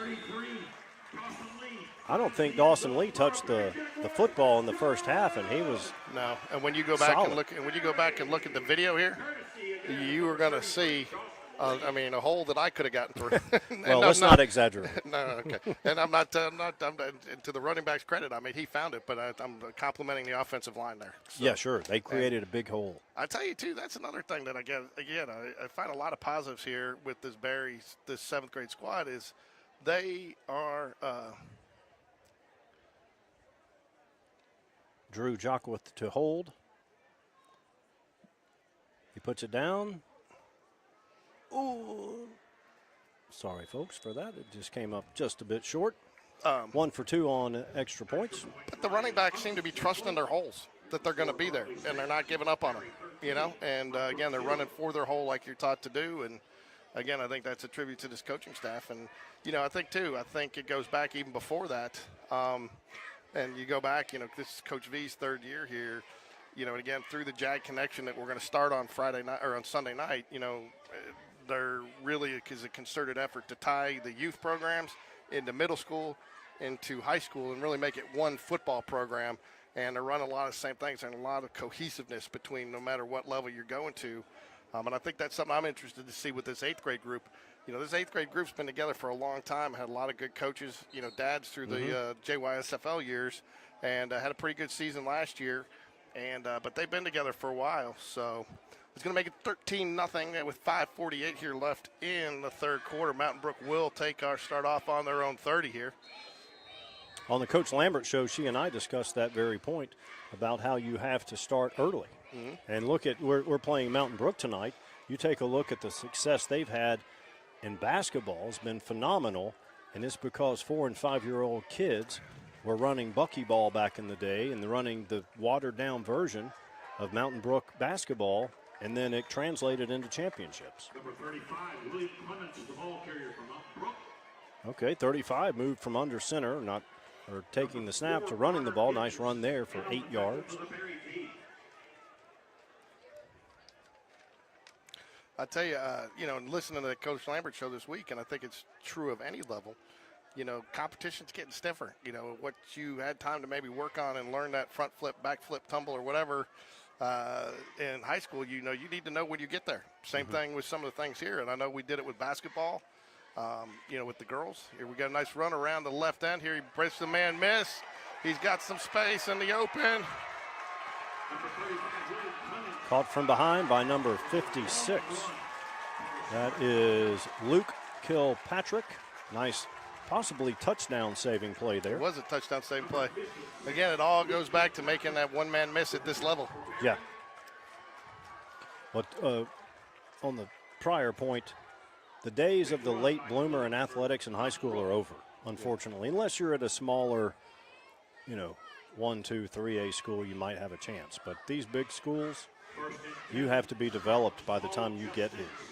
Well, that's what I mean when you and I coached the girls basketball, at the younger ages, and talked to Coach Chase when he was here, asked what the one thing he was, really want, left-handed dribbles and left-handed shot, Sure, fundamentals. And because handoff, man makes a man miss in the backfield, but going to be tackled about 3 yards past the line of scrimmage. Going to be bring up a second down and about 7 for the Jaguars.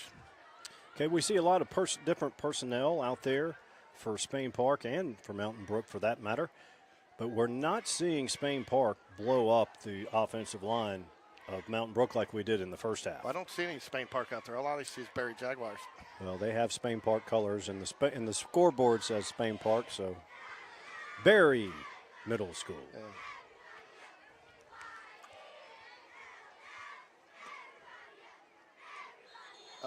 See, again, did he touch? I mean, he didn't touch, and no one moved on offense. So I don't know why they make that. I mean, and it's such a late call by the official there. I mean, that's a no call right there, in my opinion, especially first game of the season. I don't know if there's the truth in this, but at one point there was a discussion about changing it from Berry to Spain Park Middle School.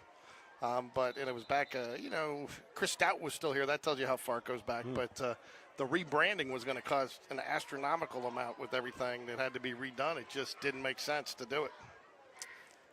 Well, I think it would, if money wasn't an issue, I think it would make sense. Mm-hmm. When I hear Berry, first thing I think of is the old Berry High School. Yeah, and there you do have some people, some of the old school always question, it still rubs them a little wrong. Why is Berry, why doesn't it, they stay with the Hoover side? But, when you split, you're all part of the Hoover School District. 3:36 remaining in the third quarter, 13-0. Mountain Brook's offense looks a lot of life in this third quarter. Yeah, but I think, again, I wouldn't say that they played horrible in that first quarter. They missed a couple of tackles, and Spain Park was firing on all cylinders. Again, I think if you want to look at what really was probably the Achilles heel for both teams in the first half was penalties. Sure. And then Mountain Brook was getting beat in the trenches in the first half. In this second half, they're holding their own, creating holes, and they've had some nice plays here in the third quarter. All right, Mountain Brook comes back out of the timeout. Going to go back with a shotgun, one back in the backfield. Boyd Beck's going to take the snap. It should have been, if it depends on who he passed to, but he should have Nice been in legal play. formation because he was covered up. But we're going to get a tackle in the backfield there for a loss. Perry in on the tackle for the sack. Going to make it, again, a big, oh, wow. Thought he lost more than that, didn't you, Mike? Maybe they gave him forward progress. I think they did there, so that's good. Oops, I don't want that.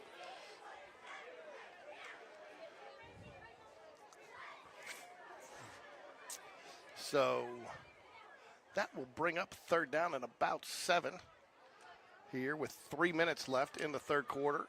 Spartans trail 13-0. Again,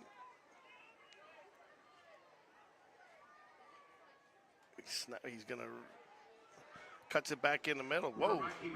It's going to bring up fourth and about a long 5, or maybe, fourth and a long 5. Yeah. This is where it's, no field goals at this level. I mean, nobody's got the leg to go that far, so, this is. Berry's 1 for 2 on extra point attempts, and both of them were having a tough time getting there at this age.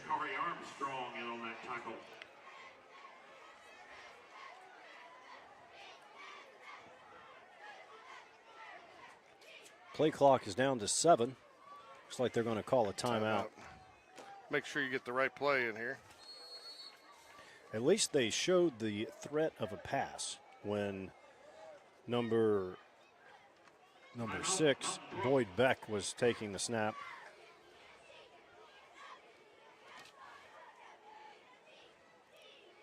Okay, question. Due to the smaller times of the quarters, is that why we're not having hydration breaks? Oh, no, that's interesting. No, I don't think so, because I think typically you do. But Well, it's 8-minute quarters. you know, we are actually cooler this week. We may not have crossed the heat threshold, while it feels like it up here. Yeah, it feels like.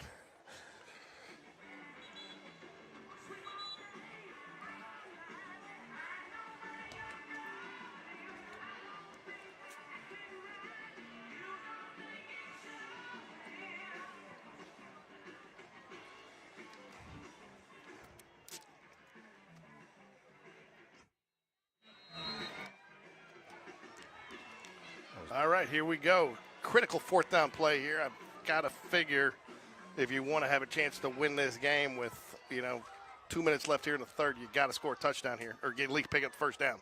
Move the chains, keep the ball. Well, that was Ooh, little going to movement. make a pass. Oh, and he was wide open and just didn't get the pass there. underthrown. Not sure I'd gone with a pass there, Mike. I'm not. They had a good route and caught Spain Park a little off guard there, but I would say that he hasn't passed much all game. That's a tough place to throw your first pass of the game. He's the only one that's taken a snap and attempted a pass. They've had more success with number 6, Boyd Beck, taking the snap and handing off to number 35, Will Clements. Will Clements was taking a lot of the snaps in the first half. He was more effective as a running back so far in the third quarter. Right.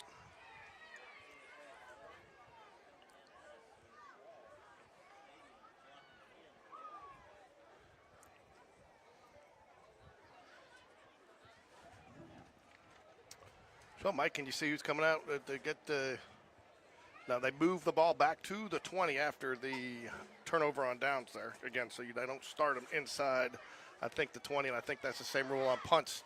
You can't, if you punt it, it goes to the 20. So Automatic touchback. Yeah, so. Inside of 2 minutes remaining, third quarter, 13-0. Berry. Berry with the little tighter formation than we've seen last couple. 2 wide receivers out. Nice little cutback. Ooh, wow. Gets away from man. Picks up a good 2 yards there. Corian Barber with the carry. Turns nothing into a little something. Wow, they're going to say he fumbled. He got licked there pretty good. I didn't see but again, we're looking right into the sun, so a pretty good lick there. And, he did, I think part of what did that too, I don't know if you looked like a guy got a hold of his arm as he was getting through there in the pack and maybe pulled that ball out just a little bit, so when he got hit, it popped it loose. Yes, at any level of football, this is an issue because you just had your defense go out there and make a stand in this heat, and now they got to go right back out there after one play. So with 146, so the only thing really that's as good as getting the first down right there earlier, right? Yeah. You get a new set of chains. You're back a little bit farther. You've lost about 7 yards. I think they were on the 13 when they ran that play. But Berry has 10 players on the field. 2, 4, 6, 8, 10. Yes, they're. Here we go. We got number 11 coming out. There we go. And he gets timeout. Wow. Second one, right? Well, yeah, Mountain Brook had too many players on the field, and so they ended up having to call timeout rather than get the 5-yard penalty. We almost saw a play with 13 on or 12 on 10.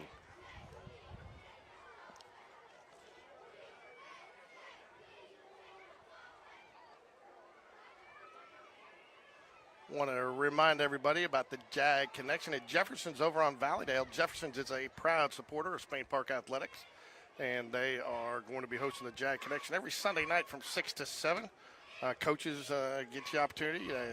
If you can't be there live, get on and text in your questions, and with the coach will take your questions. We'll get to as many as we can. If you text in a question, please put at least your first name and where you're from. What if you go to Rocky Ridge or River Chase Elementary or Greystone Elementary, so we know where you're texting in from, and the coaches and some players will have some players from time to time, and I know at least this week we'll have Coach V, Coach Bowden, and Coach White breaking down all 3 of these games.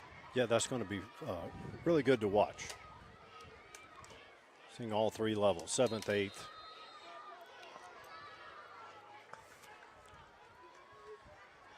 All right, Mountain Brook out of, and it hurts right there. That was a costly timeout. I think they've got 1 left now, Mike. Yes, down to 1 for the second half.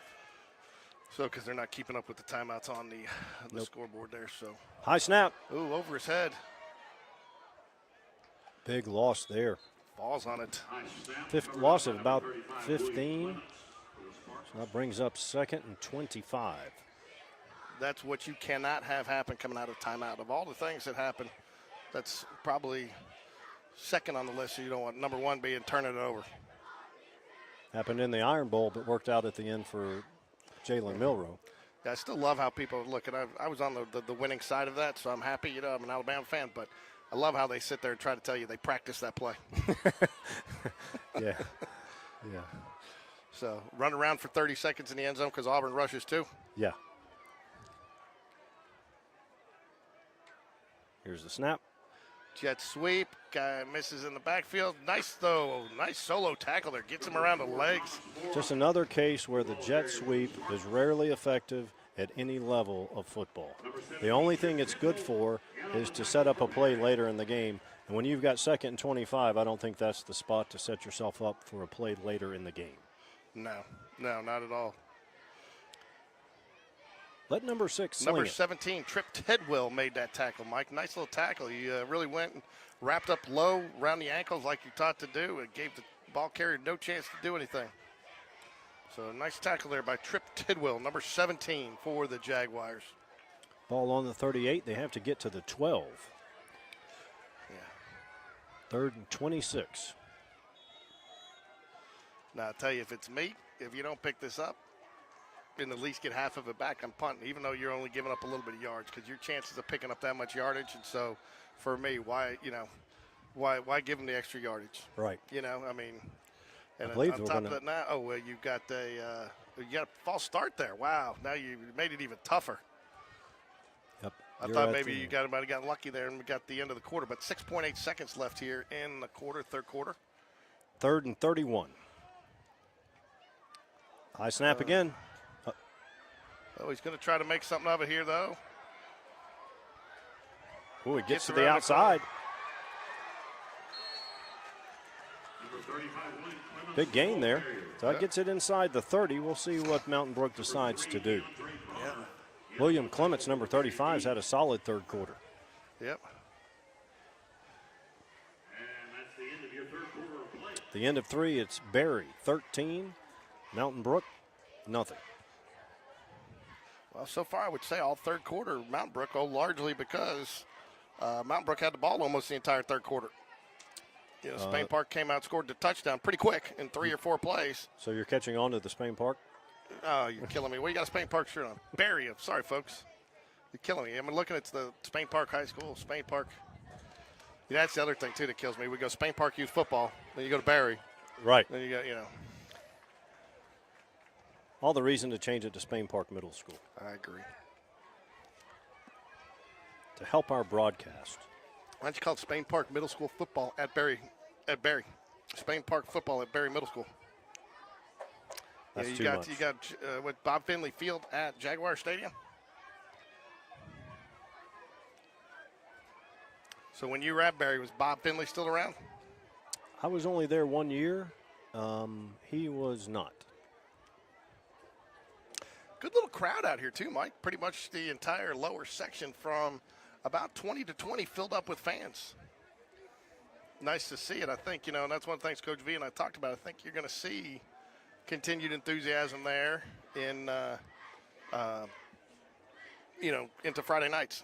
I hope we see these type of crowds and even bigger for the 9th grade and JV games, because a lot of times the crowds are bigger for middle school than they are for 9th grade. Yeah, and we will be doing some 9th grade and some middle school or some JV games. We will be allowed to call them Spain Park.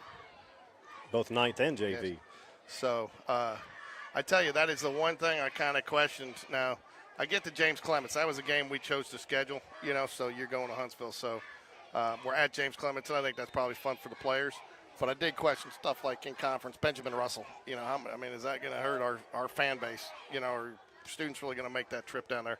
I'd like to see maybe the Gridiron Club or somebody come up with a plan where maybe they can rent a bus and students can, pay a small fee to ride a bus, safety for the kids and get some fan base down there. Yeah, that's a good idea. And then get on that, will you, Mike? Yeah, sure. I'll be on it Monday.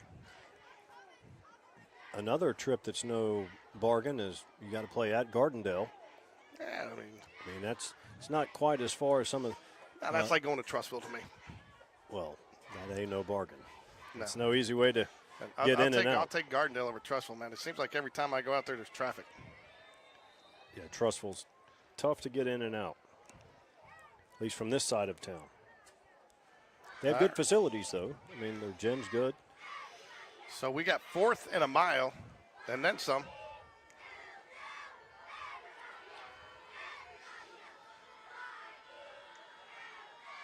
He drops back to pass, goes down the sideline. Ooh, is he going to get the – nope, it's out of bounds, incomplete.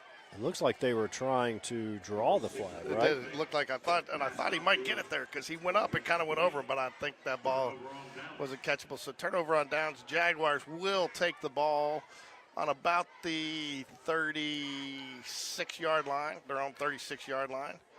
So it's with about 7:51 left in the – not about, exactly 7:51 left in the fourth quarter. Hey, between this game and the next game, will you get a fan with a mister? I can. That would blow, like, not hurt the equipment, but keep us cool? Not a missus, but a mister? Yes. Okay. Not the car wash, but. Okay. I'll see what I can do, Mike. I'll get right on that for you.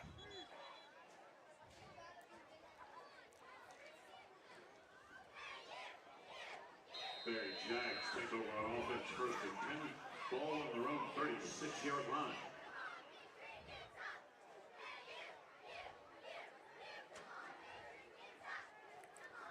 See, do we have a new signal caller in? I believe. Let's see. Can't tell if it's Harrison Richburg. Hand off on a low snap. He gets around. He's got room to go. If he. Uh-oh. Go it, young man. He'll take it to the house. That's number 19, Corian Barber. Touchdown, Jaguars. He's rumbling, bumbling, stumbling, right, Mike? Yep, no laundry on the field. No laundry on the field. And who was that? Corian Barber, number 19. No one got close to getting a hand on him. Corian Barber, number 19, rumbling, bumbling, stumbling, right? As Chris Berman used to say. Yeah, there wasn't a lot of stumbling there. That was just elite speed and saying to the defense, bye. Let's see. They're going to go for the extra point again.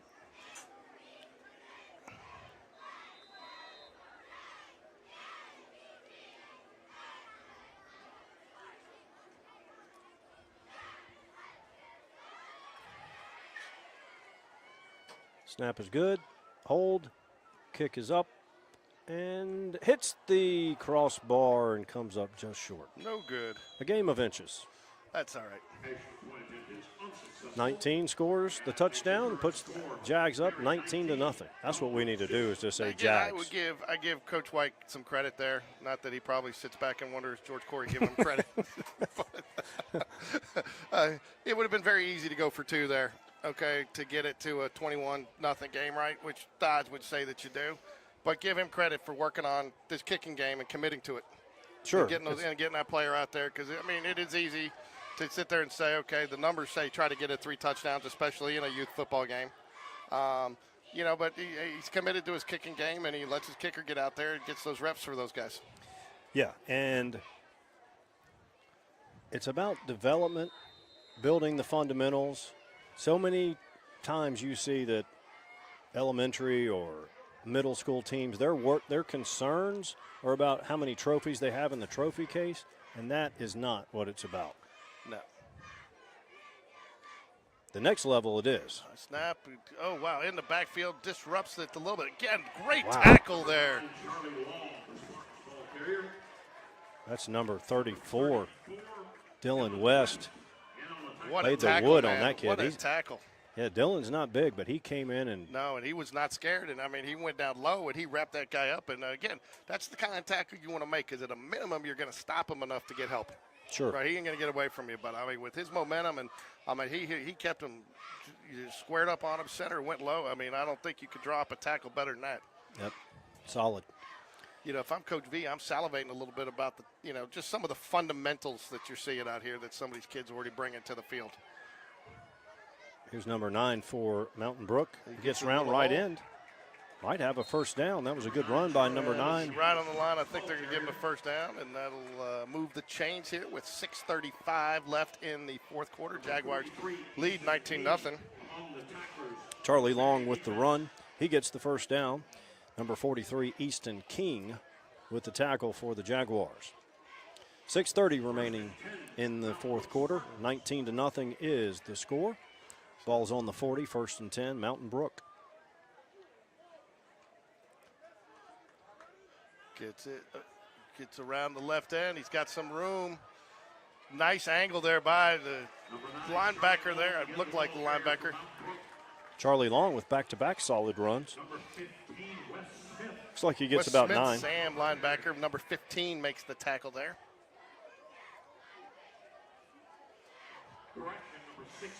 Sorry, correction. Number 16 made the tackle there. Arrington for the Jaguars. My apologies. The spotter. I tell you, that is something that I didn't realize. That, you know, baseball, basketball, you don't need it. Football, you definitely. Spotter's critical. Well, again, we're very fortunate we do not have double numbers today, but even with single numbers, it is difficult. So it's going to be bringing up a 2nd and 1, 5:32 left. Oh, wow, more. Number 9 is bringing it. Pushes him off right there. So host of Jaguars in on the tackle there.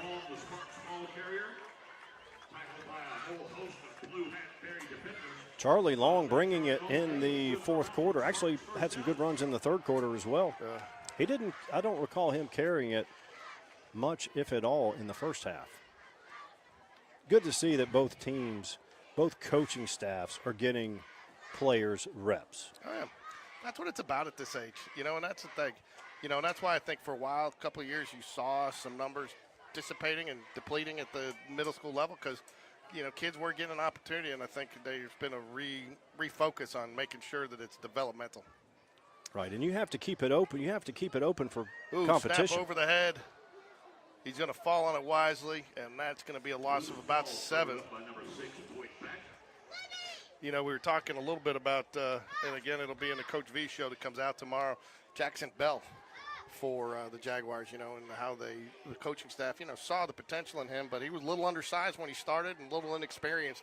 But, again, they committed to him, and, you know, a couple, you know, as he's younger, and as you know, when you're younger and you rush it a little bit, you get that snap a little high. But Jackson's really paid off, and Coach V told me they call him Coach Bell now because he knows he coaches the offensive line, knows where everybody's supposed to be, really gets them lined up, and has learned it. And that investment, I think you're going to see on Friday nights, has really paid off, and he's a great kid. Most football analysts will tell you, coaches too, number 9 running with authority. Outside your quarterback, the second most important player is your center. Yeah. And at the level of college, high school and college football, because they're having to make all those line calls. And it's when you lose that, whoever's making your line calls, doesn't matter how good the skill people are behind you. That took Sean. We were in Chipotle after the Jake Coker team. Who was the Ryan? What was the center that year? Causey? No, Ryan plays for Indianapolis now. Yeah. Anyways, he was there. They just got back from the White House. We were down there for a basketball game, and we saw him, and we went up to shake their hands. And then Sean said to Ryan, he said, Coker said, "Yeah, hey buddy, how you doing?" He goes, "It's good." And but he looked at the center. And he says, "Hey, I want to talk to him. It all starts with him, because it does. It starts with him. I mean, like your point, it's the most important part. I mean, you know, he's got to make the calls on the line, call out the blitzes, make the audible calls for the line. Is it Ryan Kelly? I think that's it. Yeah, he plays for the Colts. Yeah.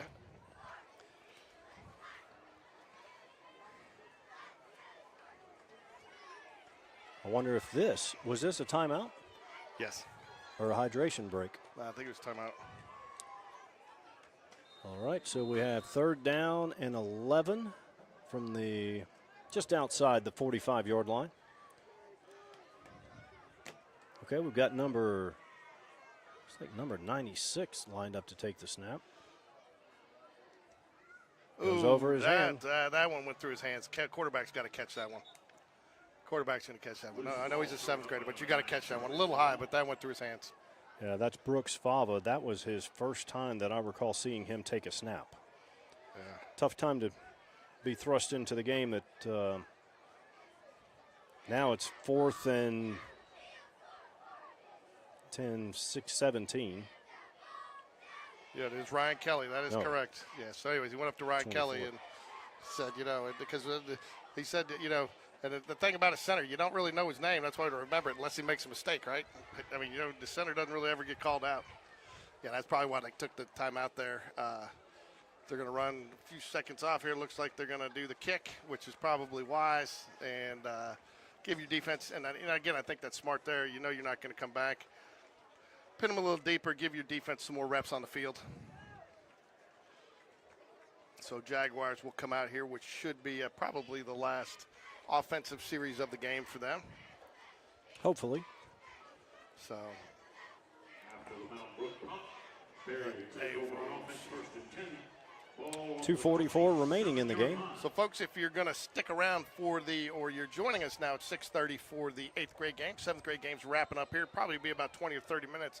Stream will continue. We will go off air, though, take a little break, but we will see it. We'll make sure there's something for you to watch, and then we'll be joining you right back about 5 minutes, 10 minutes before actual kickoff time. Sounds good. So, please, if you haven't had an opportunity yet, like and subscribe to Game Day Sports Radio. That way you get your notifications on all the Jaguar sports that we're covering. So all this coverage, anything that comes out of it goes straight into the programs at Spain Park or Berry High School. So, but please get out there, like and subscribe to Game Day Sports Radio, and you get notifications anytime we're broadcasting, whether it be baseball, cheer, volleyball. I mean, I'm not sure we're doing any volleyball this year, but I've heard a lot of good things about the new volleyball coach. So, As have I. And I've heard one of the things that I've been most impressed with, and not knocking the old regime, but he is very open to it's going to go for a sack, but he's open to kids playing multiple sports. In Nice. fact, That's great to hear. In fact, he's actually helped Coach Hatter. He said, I got a couple of girls with some height, because that's one area that I think the Spain Park Lady Jags are lacking, is a little bit of height down at the post. And, he said, hey, if you need me to help you recruit anybody, let me know. And he's willing, and he's got a couple girls. So I think, he's been a good addition. You know what we get to do in the next game? You get to read the 8th grade roster. For the second time. Nice little run there around in. He's going to get the corner. Will they get him? Nope. Turn it on, young man. Number 19, Corey Barber. Barber takes it to the house again. Good speed Is there that by his Barber. second one for the day? At least 2. Yeah. 19, Corey Barber with the long run. Tell you what, that's No laundry. we don't do player of the game at this level. But I think if you got to look at a highlight from today, I think you got to look at starting quarterback Benton Tate and Parker Van Zant and Barber. I think that's going to be a nice 1-2-3 punch for this Berry offense. And it's a good thing we do not do MVP or player of the game, because also Harrison Richburg came in and got a lot of quality snaps too, completed some passes. So it was a really good group effort. Yeah, Barber with the 2 touchdowns was pretty impressive. Yeah. Get over there. Kick is up and good. That a boy. By number 9, Brook with the kick by number 34, Dylan West. All are good. Dylan West can tackle and kick extra points. So that's one of the things. 47 remaining in your contest. The score is Berry 26, Mount Brook 0.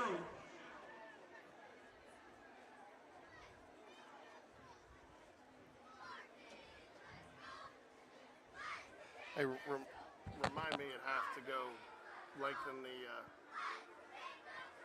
highlight. To do what? To lengthen the highlight time. I've only got it 10 seconds. I need to put like 15. Okay.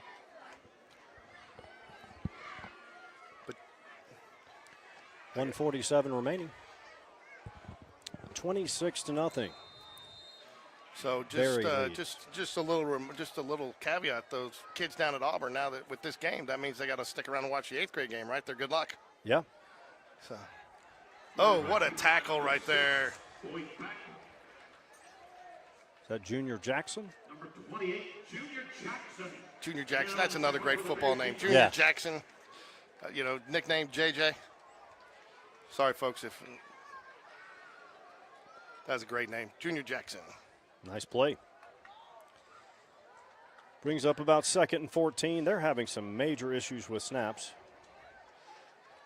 Again, nice little tackle. Stands him up there at the. Number 92, Ford Russell, the ball carrier for the Spartans.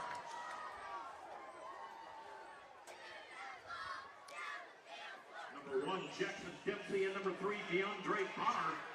In on the tackle for the Berry Jackson Dempsey on the tackle.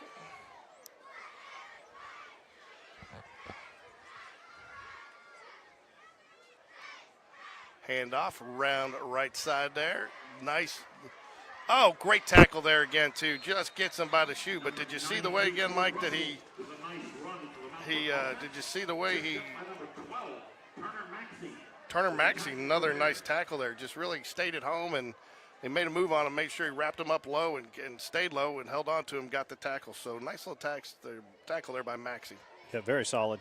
Referee picks up the flag, waves it off. I think he's tired of the heat as well. What would the flag have been for? We will never know, hopefully, Why don't you go see if you can effort that information between games? on Monday. You got a lot to do on Monday. Quarterback's going to keep it, try to go around. Oh, nice. He spins off a tackler, too. Gets a couple extra yards. But the Jags staying at home on defense.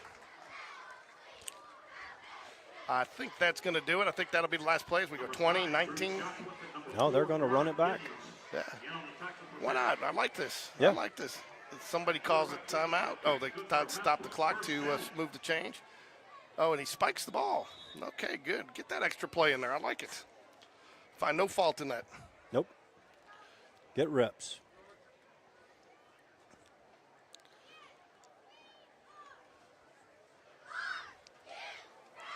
Again, get out there, like and subscribe to Game Day Sports Radio. I want to thank Hoover Toyota, a proud sponsor of Spain Park and Berry Athletics. And if you watch Coach V's show tomorrow, you'll get your Hoover Toyota keys to victory. I will watch. So, again, I want to thank Jefferson's. Jefferson's a proud sponsor. Is going to be the host of the Jag Connection on Sunday nights. Uh-oh. He got the edge. Takes them down. That's going to And do it. that will do it, folks. Your Spain Park, a.k.a. Berry Jaguars, will take a opening season victory, 26-0. A game, Mike, which, again, I think you got to like what you saw about some of the players, but you got to like the fact that so many players saw playing time. And I think if you're going to take something away from this team, there's some depth here. Yes, absolutely, because on both lines, offensive and defensive, they showed depth. The first half, Berry dominated up front, both sides of the ball. And then it was nice to see both teams getting a lot of players reps. Because, again, at middle school, it's not about trophies. It's about fundamentals and developing players. It is, and I'll tell you, and the other thing I thought too, good adjustments at halftime. You saw the number of penalties decrease for the most part. I don't think the penalties in the first half were probably uncharacteristic of a first game 7th grade football team. I think you even see it sometimes at the professional and high college level. So I think if you ask Coach V tomorrow if he's happy, cut down the penalties. I mean, I think that's probably Coach's biggest fear going into an opening weekend is the cleanliness of play. But I think, again, definitely some bright spots on the offense and the defense. I mean, the first half there were several players, defensive ends, living in the backfield of the Spartans. Sure. Yep, they were blowing up the offensive front. We've got it looks like it's going to be 9 minutes unless they add a couple of minutes like they did at halftime. So we only have 9 minutes till the start of the 8th grade game. So. And okay, I'm joined right now by Spain Park senior cheerleader, Natalie. I'm not even going to try to say players at 7th grade and 8th grade is very big. Yes.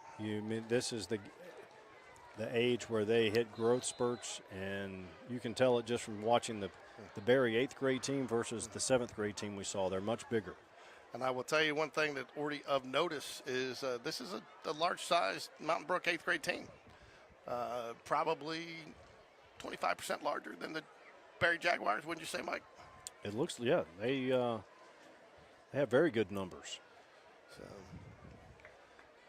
get you down here to the Jaguar end of the field where they're warming up. I'm going to go get a beverage, and I'm going to play these cheer interviews again.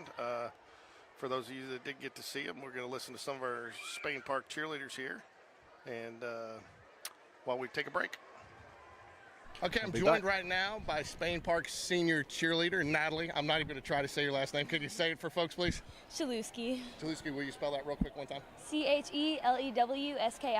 So Natalie had a very interesting summer. Not only did she do her normal Spain Park cheer duties to prepare for this season, but you also did something special. Tell people what you did over the summer.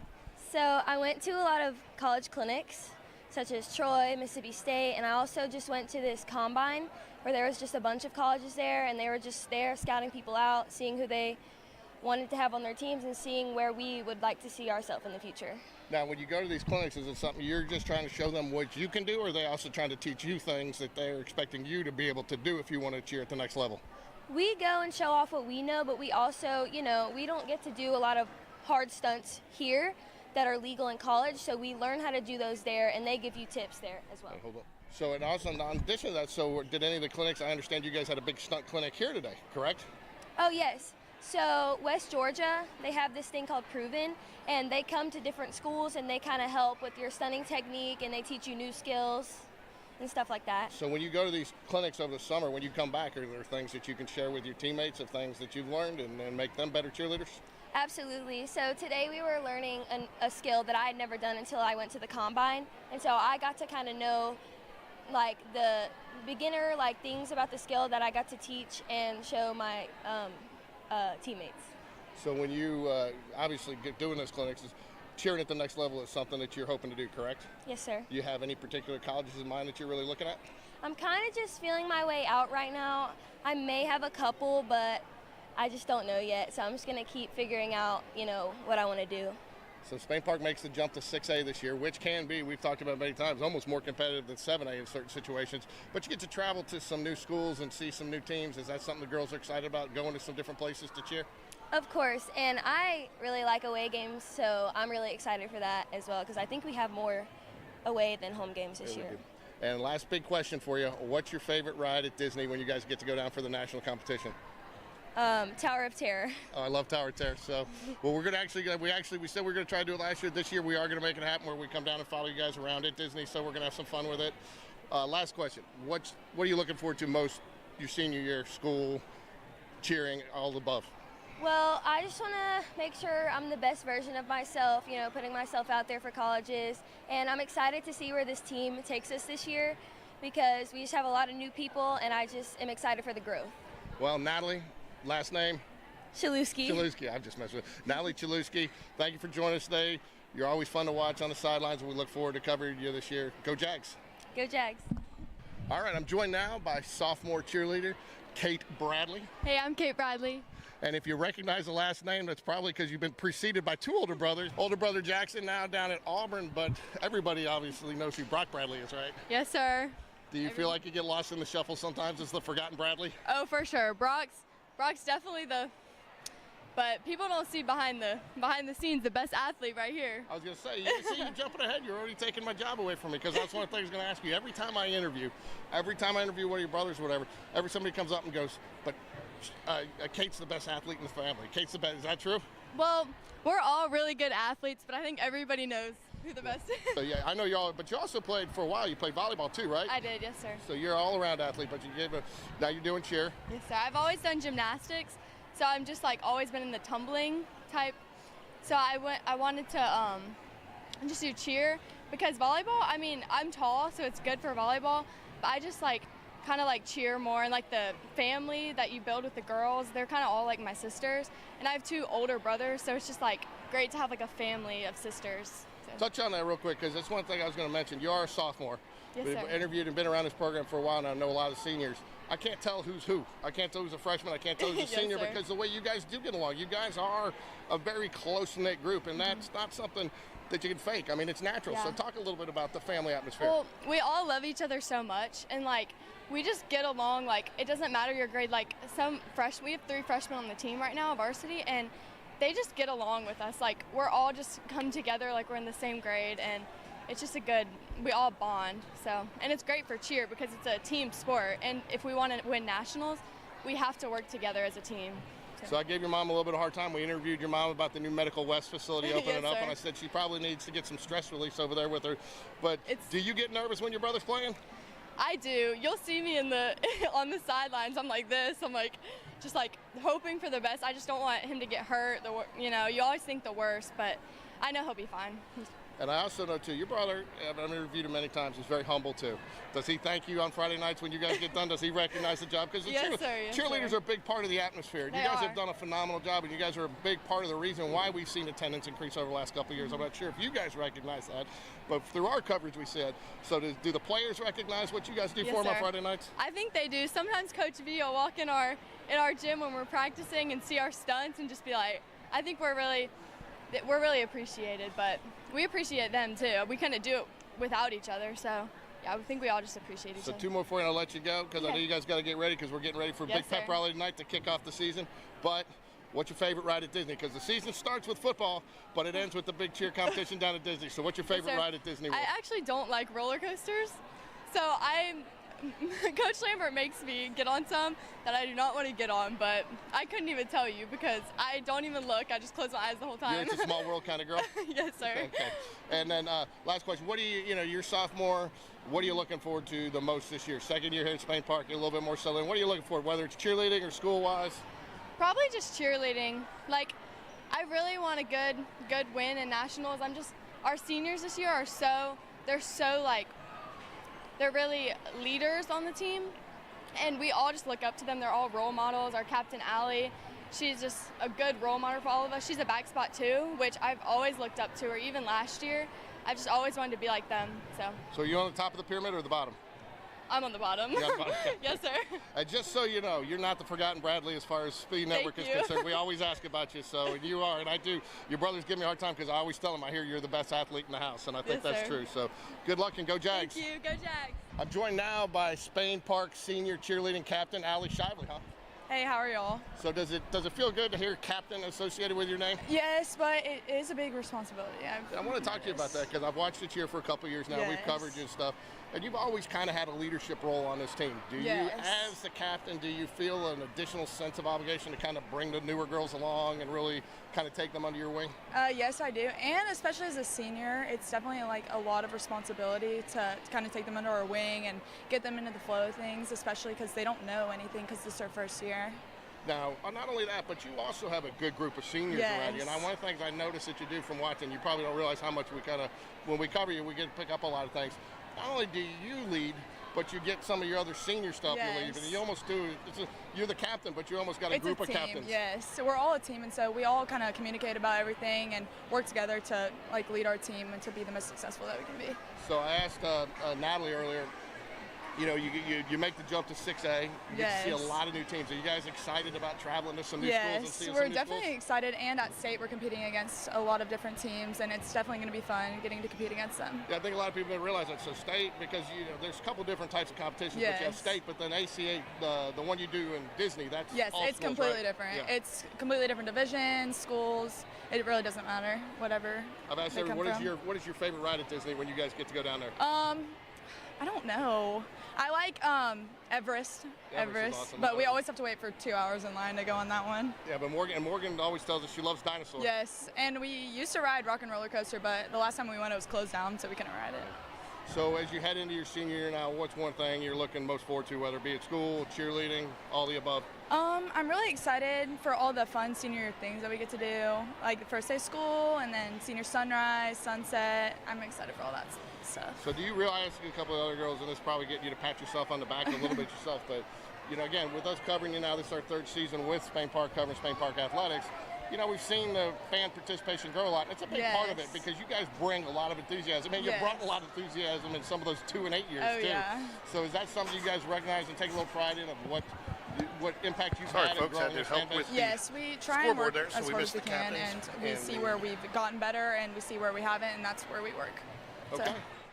Coin toss, but there you go. You got your Berry Jaguars taking the field. Your 8th grade Perry Middle School Jaguars. I believe that Mountain Brook won the toss, and they elected to receive. Okay. Parents of captains, sorry we missed that, but there was somehow they thought that I would know, and I actually did, how to fix the scoreboard. So I had to get it. Score was 900 to 900. Wow, that's high scoring. That's So, Mike, you know what? If I look just at the right level here, the sun is blocked by that bar. not for me. If I do this, I can't see anything, but I'm not in the sun. I figure we got about another first half of sun, and then we're done. So, That will be welcome. First and 10 for the Spartans. Ball on their own 30-yard we line. will get the starting lineup on defense here for you. You're going to have Nolan Walker at cornerback, Gunnar Switzer, number 2, Brooks Brand at safety, Cohen Jackson at safety, Connor Lutenbacher, Crawford Portera at the Mike linebacker, Malachi Pitts, Aiden Henderson at the end. Tackle's going to be Jacoby Bates. Nose is Nate Hendricks. And Colton Spencer is going to be your end. And, you know, Mike, I felt like I've already done that once today. Yeah, we've heard that somewhere. Deja vu. Number 34, Connor Lutenbacher. And on the tackle for the Berry G. Connor Lutenbacher with the tackle there. Nice solid hit. They gain about maybe 2 on the play. Mountain Brook with the ball.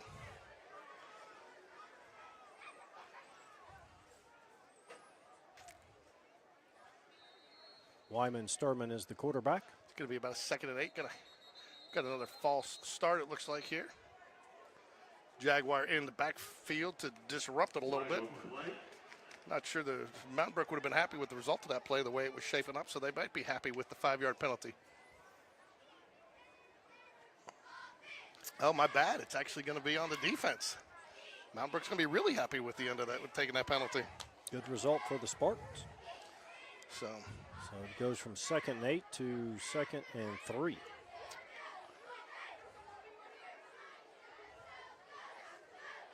Just underway, first quarter. Berry and Mountain Brook.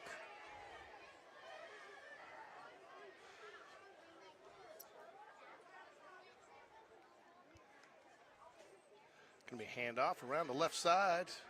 Number 14 with the Disrupts run in the again. backfield. Oh, good, drives him out of bounds. Number 17, Cohen Jackson on the stop, pushing him out of bounds. Nice play, 17. And on the tackle for the Berry defense. Ooh, sorry, folks. Brings up 3rd down. Too high. Got to get down. There we go. Got to find something better, Mike. This thing's too sensitive. Kind of like me. The robot. Yeah. Getting closer, though. All right. In the pistol formation, the Spartans. Man in motion. Going to hand off. Nope. Hands off to the man in motion. Jet sweep. Fails again. Nice Good little defense. tackle there. Tackle's going to be for a loss. I want to thank everybody for joining us today. If you didn't join us for the 7th grade game, 7th grade Berry Jaguars victorious 26-0. Game that was pretty much dominated by Spain Park. But I thought both teams played well. I don't think it was a lopsided, but other than the score. Sure. You know, yeah, especially Mountain the second half, Mountain Brook held their own better. It made some plays. It's going to bring up It's going to be that's going to be an offside penalty, encroachment, and then now they will go for it if they weren't planning on it. Yeah. It seems like. I think so. It's going to get them very close to the first down there. Actually surprised. The nose must not be touching the line because, I mean, they started on the 30. The referee's saying first down. Okay. Smart play there by the Spartans to draw the Jaguars off sides to get the first down. All right, Spartans going to be back in pistol formation, 3 wide receivers and a little H back there, tight end. Hand off around the right side. He gets the corner, lowers his head, and makes the boom to get the first down. 14, Bo Payne runs physical. He does. Number 2, Gunnar Switzer, in on the tackle for Berry. Gunnar Switzer, number 2, on the tackle for the Jaguars. That Bo Payne run, good for Mount Brook, first down. A lot of space out there, man. You got some speed at this level. Yeah, they get to the edge, and then That's another move that they made at the youth level I thought was smart for safety, but it's tough to cover when we went from an 80-yard, the full width of the field. Not the 80-yard, but we were in 20. Mm-hmm. It's going to come run around the left. Ooh, good nice. lick. Bo Payne, the ball carrier. 17 again, that's Number 17, Cohen Jackson. with a nice tackle for the Berry D. I wonder if he goes by KJ. Nice tackle there. That's 2 of them for 17. So it's been fun. Now it's starting to cool down a little bit, Mike. It's kind of turned into a nice night out here so far.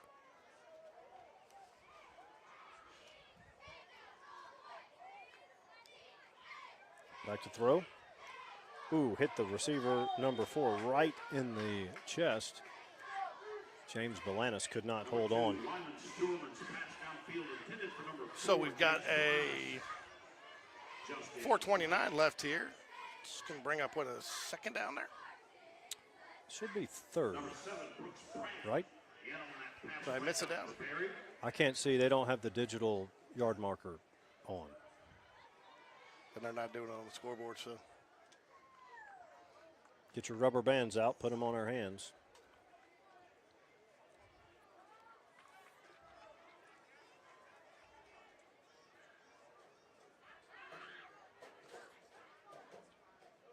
Hand off up the middle there. Makes the stop and drags him backwards. Going to be, 26, Butler, look like number 54, Crawford Portera. 26, Jacoby Bates, in on the tackle for Berry. I'm sorry, Jacoby Bates in on the tackle, number 26. 54-26, they're close. Some creative math. He's got his jersey turned up a little. It's hard to see. That brings up 3rd down, I believe. It's hard to tell, though. I'm looking right in the sun. Back in the pistol formation, 1 back, 4 wide receiver set.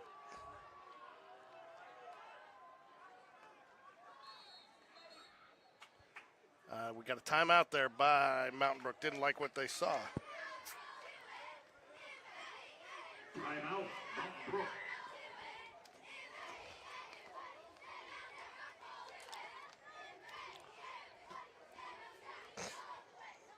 With all the run game, these quarters go by fast. You don't have incompletions. And if the offenses are struggling, you're not having the clock stoppage from first downs. No, you're not. Tell you what, I mean, as it stands right now, I mean, Mountain Brook's had the ball for, you're pretty much going to hold the ball for almost this whole first quarter. Yep.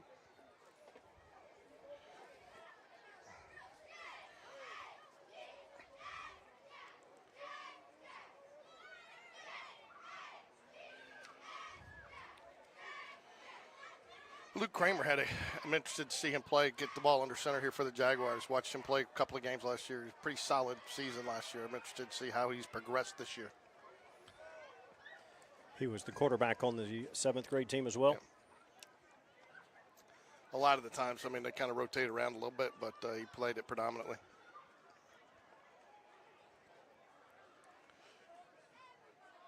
Well, it helps when you can grow up with your teammates and keep elevating. Of course, you're going to always have kids that move. We had, I just went blank. What was the point guard 2 years ago at Spain Park? He moved to Arizona, I believe. Oh, Chase James. Yeah.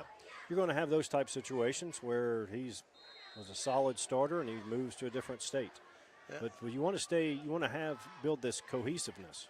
Drops back to pass. Good throw. In and out of his hands. That's twice the quarterback has put it on the number. Both times it was dropped.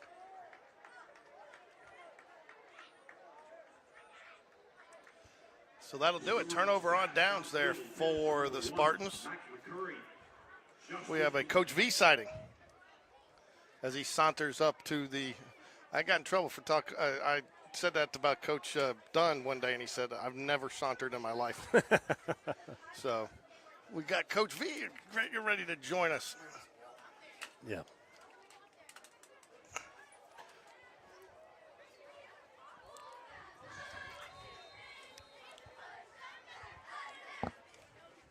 Good. You got that other chair if you want it.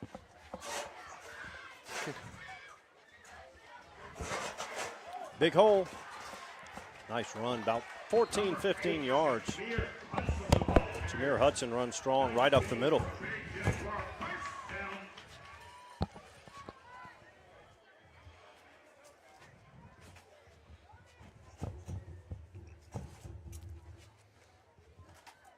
First and 10, 41-yard line of Mountain Brook.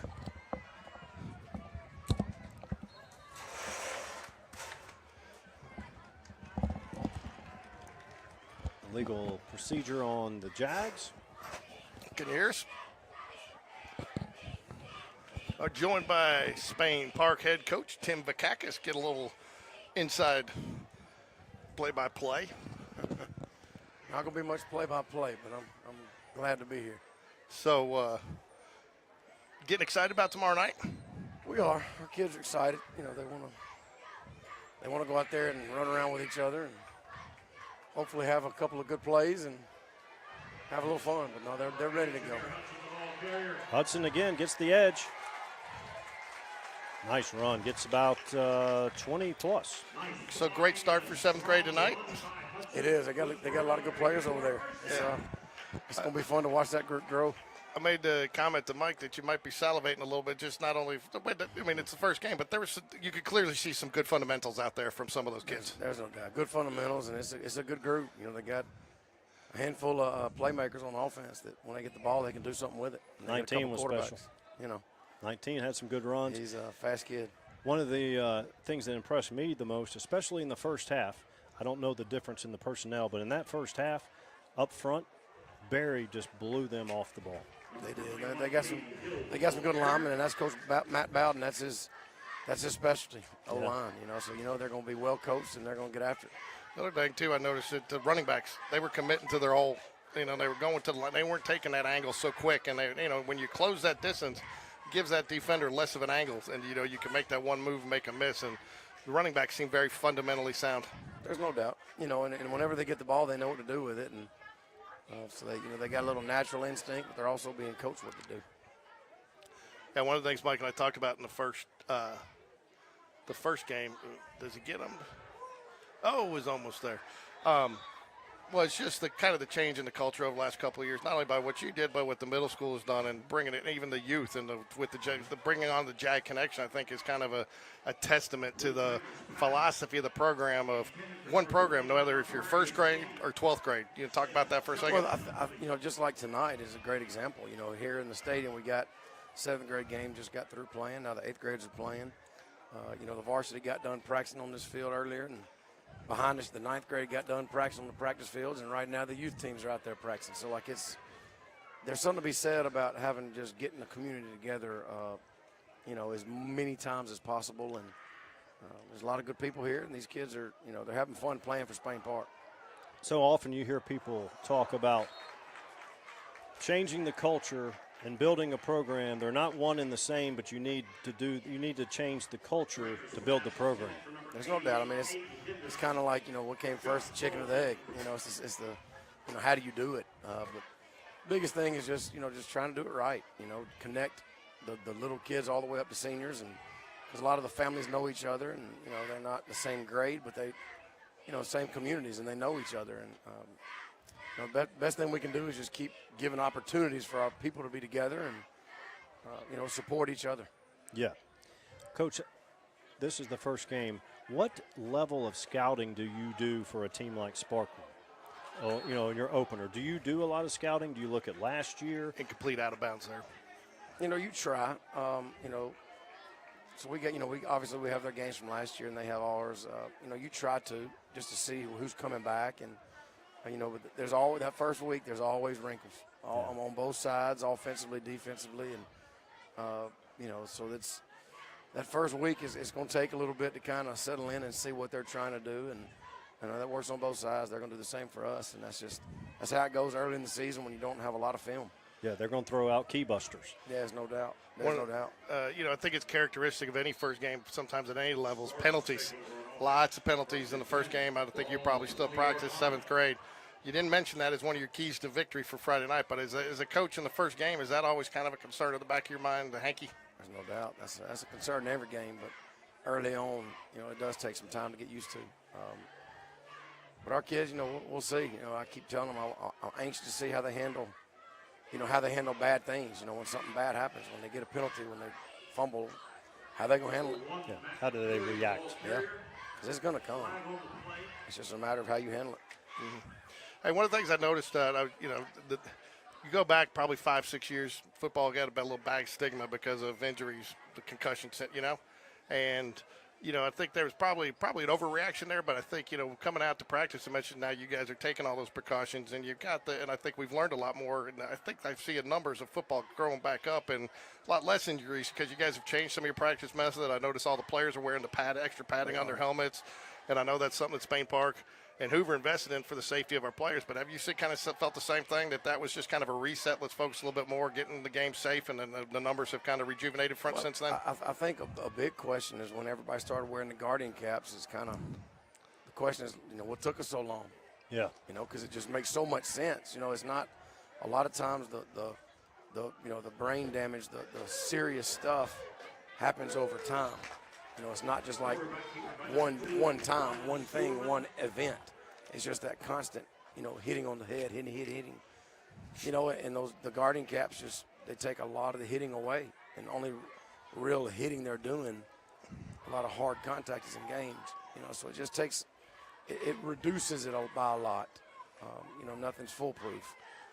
But, I mean, it has helped. You know, I mean, you see it on every level. And a lot of the NFL teams are doing it, college teams are doing it, and, you know, you're trying to protect the kids the best you can. You talk a little bit real quick about Matt Bowden, too. He's a huge part of this program, been here for a number of years. You come in. He's really worked well with you. In fact, he's on your sideline Friday nights helping as a kind of an assistant. He'll be there every Friday night with us. He helps in the summers when they don't, you know, when they're not busy, he comes down there and helps with us. And he just jumps right in and starts coaching O-line with our guys. Like he's just a very important part of our program, and you know, a lot of the success that happens here is because of him. Because he gets these kids in middle school and teaches them the right way. It means something to them, and you know, he does a good job of bridging the gap between the middle school and us. And he's not guessing when it comes to fundamentals. He's been there and done it at a high level. No doubt. So that's got to be huge because, you know, we were talking in the first game, Coach, and Gonna have a our first interception of the season. Nice. Sets up first and goal. Number 17, Cohen Jackson, gets the interception, returns it to about the 5-yard line. We got a flag on the play, probably going to be from where it is. I think going to have a block after the interception, but we'll wait and see here. Coach, we were talking about how sometimes you'll see middle schools where they have a lot of focus on trophies in the trophy case.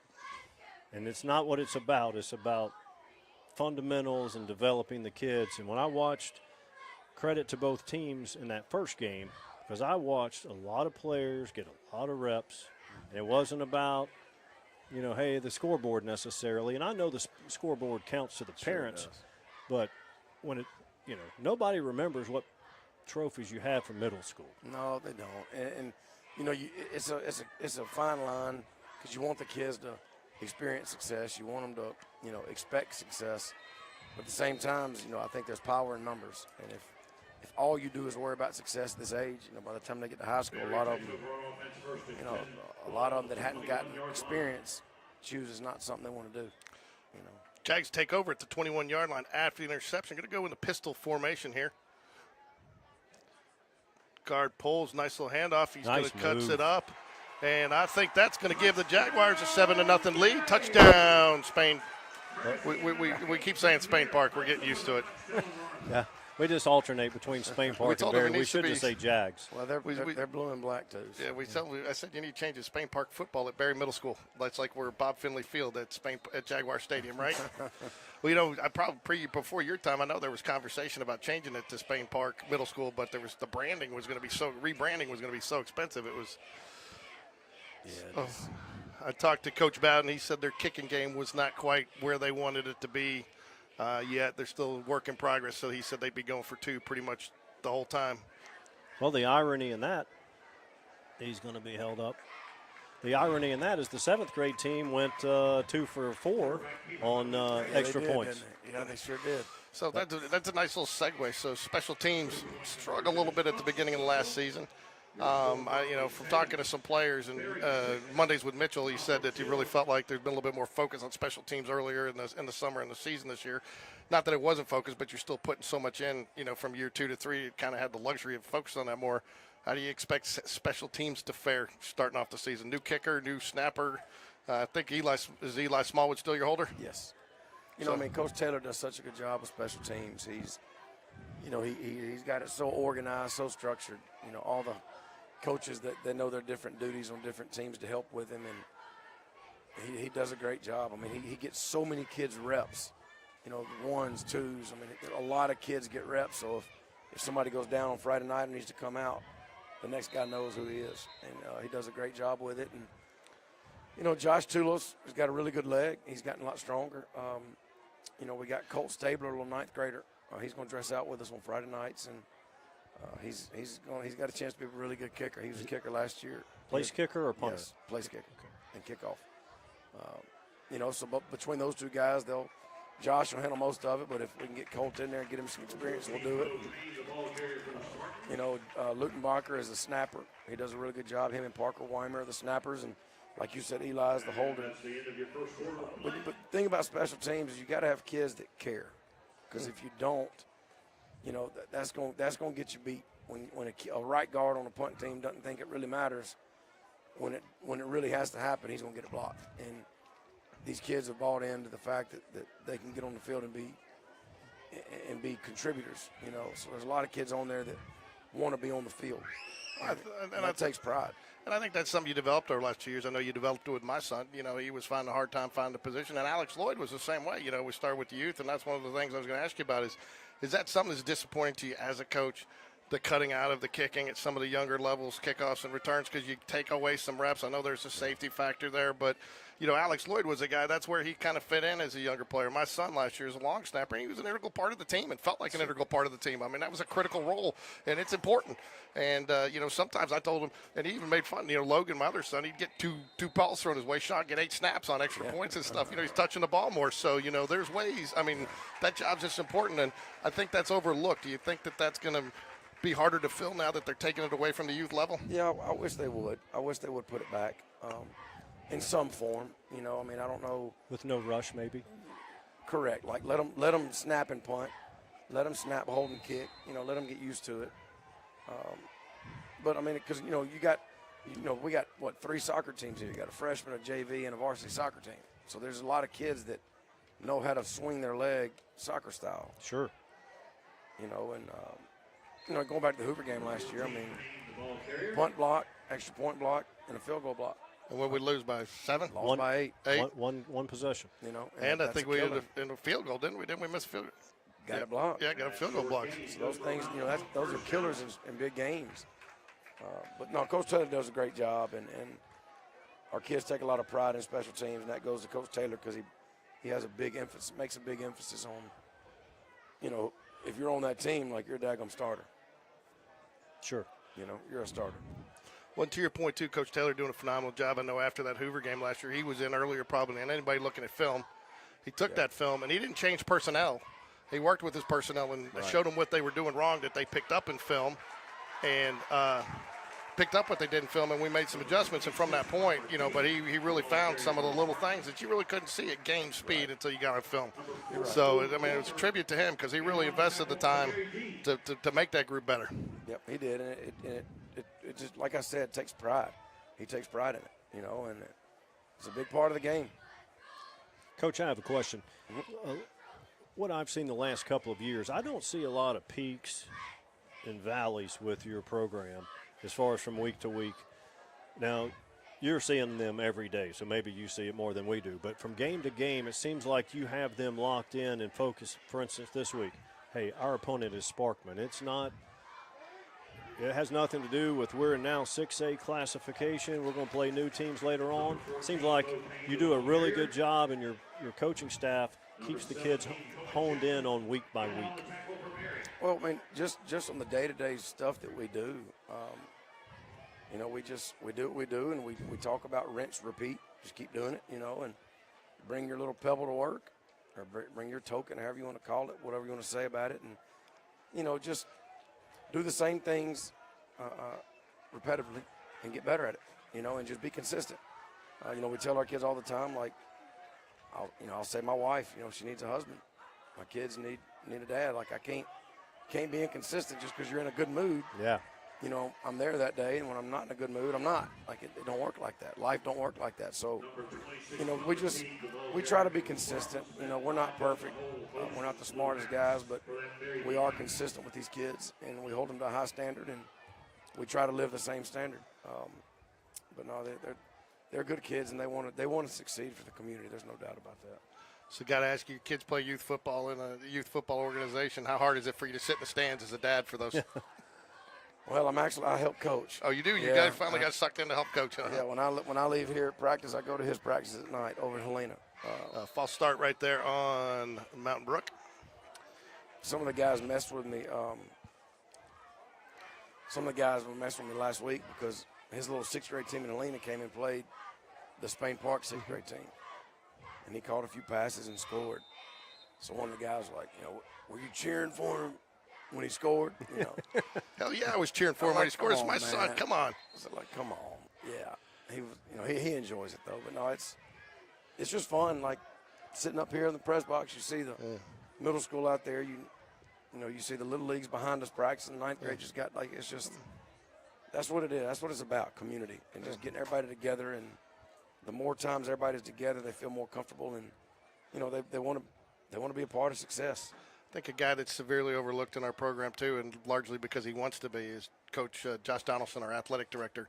He has been embraced the youth programs up here like nobody I've ever seen before, and supported you guys with what you want to do with the youth like nobody I've ever seen before. Coach Donaldson is such a hard worker. He does things that nobody knows he does, but they just get done, you know. And like for example, it was last year after the pep rally, he was the one that cleaned the gym. So the girls, the next morning, when they got there for volleyball practice, the gym was ready for him. He's the one who cleaned the gym by himself. He was the last one to leave that night. Nobody knows about it. Today, I was here 2 hours before game time. Those last 4 Spain Park Dazzler senior, he was out here putting the zip ties and putting those up. Then he's driving his golf cart around, picking up trash, making sure this person's where they need to be. I was impressed. I've seen him work the concession stand, but I mean, as a coach, it's got to feel good to know you've got that backing and that support, and it's got to make your job just a little bit easier. Well, you see a guy that means a lot too. Again, I go back to pride. He takes a lot of pride in what he does, and every coach in this building knows that he takes pride in it and he works his butt off. And you know, when you got guys like that are doing right, it just makes you want to do that much, you know, that much more. So accountability, you know, I know you're big on accountability. You let me come up and watch some of the workout in the weight room the other day, which I appreciated, enjoyed, and it was fun to see these kids prepare for game week, and we're doing a little bit on that. But a couple kids came in just a little bit late, and the coach didn't even have to say anything to him. I was impressed. Oh, here we go. Jay's fighting for yards and just does everything he can to get back to the good effort there. But it was funny because the players, and I don't know what the rule is, 10 or 15 push-ups. I mean, 25. They aren't hammering them. I mean, it's not a huge penalty, but it's enough to say. But the players were doing it, and they were holding each other accountable. And, you know, when the players came in, too, and they knew that they didn't question it, I was impressed by that. They know it. They walk in, and they start, you know, one almost say, give me 25, and they hit the deck, give them 25. A lot of times they'll say, come out here and get in the middle, get on the low. They did. They made them do it. Okay. Yeah, that's what they like, did. No, you get in the middle of everybody so we all see you. You know. But we tell the kids, like, when we can only get them so far. So, but when they take control of their own program, that's when you see real growth. If you read between the lines and listen to what Pete Carroll and Nick Saban have said in the past, Oh, great play. Wow. Great play. he's going to go the distance. How did that?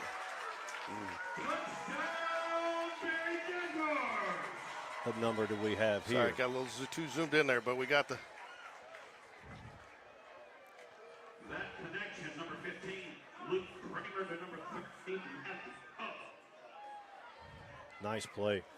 But what they allude to is, I can build this culture and show you the way, but until the players start policing themselves and setting standards for the younger players, it's not going to work. That's it. I mean, that's we did a leadership book study in the off season every Monday morning before school, and we went through John Maxwell's 21 Laws of Leadership and another leadership book with Tony Dungy, and we just talked about servant leadership is not. It's not getting somebody and putting them in a trash can. Sure. Right. It's you want them to. They're volunteers. Like everybody here is here by choice. Well, you want them to choose to follow, and you got to give them reasons to want to follow, and you got to be consistent. You can't expect somebody else to follow if you're not doing right, and so we have those talks all the time to these kids, and again they come from good families, so I mean it's not hard to do. That certainly helps. Oh, there's no doubt, and they come from good families, and it's not hard to do, but you have to be intentional with it, and it has to be consistent, So give us an example of what tomorrow is going to look like, because as far as school, they'll go to school the whole time. Mm-hmm. So we get up here at 6:30 in the mornings on most days. We lift and we watch film from the previous day, practice, whatever. Well, tomorrow they're excited because they don't have to do that. Right. They get to sleep in a little bit. So they'll get here, normal time, 8:30. They'll go about their day, and then we'll have a pep rally. They'll eat pregame meal about 2:30. Pep rally at 3:15. And then we'll start, after pep rally, we'll go in start getting them dressed. We'll have offensive meeting, defensive meeting, special teams meeting, walk through kind of deals, and we'll get ready for the Jag walk at 5:45. Yeah. I tell you what, man, there's almost as much pride in that pep rally as there in the game. They want to win the spirit stick. I mean, Jordan's been talking, my senior daughter's been talking about it all week. Yeah, Coach Lambert, she's those cheerleaders take after her. She's got a lot of energy. She's she's a fireball, and they feed off of her. If you have a weak stomach, you can't watch her practices. I sent her a video last year. I saw somebody, I don't know, on internet or something. Some coach was like just moving, gyrating, jumping, just twitching, jumping, screaming. And I sent that to her, and I'm like, this is you.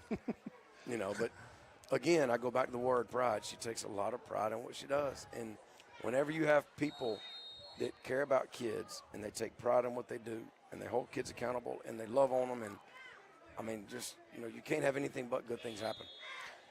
One thing that I've talked about, I remember my 7th grade basketball coach. I wasn't that good at the time. I went on to, be a decent player, signed him with a JUCO. But he gave me a chance, and I'm 55 years old. I still remember him. I still remember, like, the lessons he gave me a shot. And coaches and teachers, I think sometimes some may or may not know the true impact you have on these kids for the rest of their lives. Yeah, I mean, I was raised by a coach, my dad. I was blessed to come through Homewood under Gerald Gann, Bob Newton, Hall of Fame guys, Hall of Fame people, just unbelievable men who were consistent with us. And that's really all I know, and I'm very old school with it because I know these kids aren't going to remember plays. They're not going to remember scheme. They're going to remember some moments, but they'll never forget how they were treated. Right. Whether they're the best kid and they score all the touchdowns and they never play. I mean, we owe it to these parents to make sure their experience while they're with us is the best it can be, whether they're scoring touchdowns or not, and you'll never hear anybody say a bad word about Coach Newton, in terms of how he treated people. And my dad, I mean, we were at Fairfield together. We lost 14 games in a row. We lost the last 2 of our first year on 2001, we lost all 10 of 2002 and the first 2 of 03. And we were struggling. It was a struggling program. But by year 4, we went 5-6. By year 5, we were 11-2, 10-2. We had some big seasons. He never treated anybody differently. He treated people the same way when we were 14-game losing streak than he did when he was not, state coach of the year when we were 10-2. And that always resonated with me as a young coach. You start smelling yourself a little bit when you're young.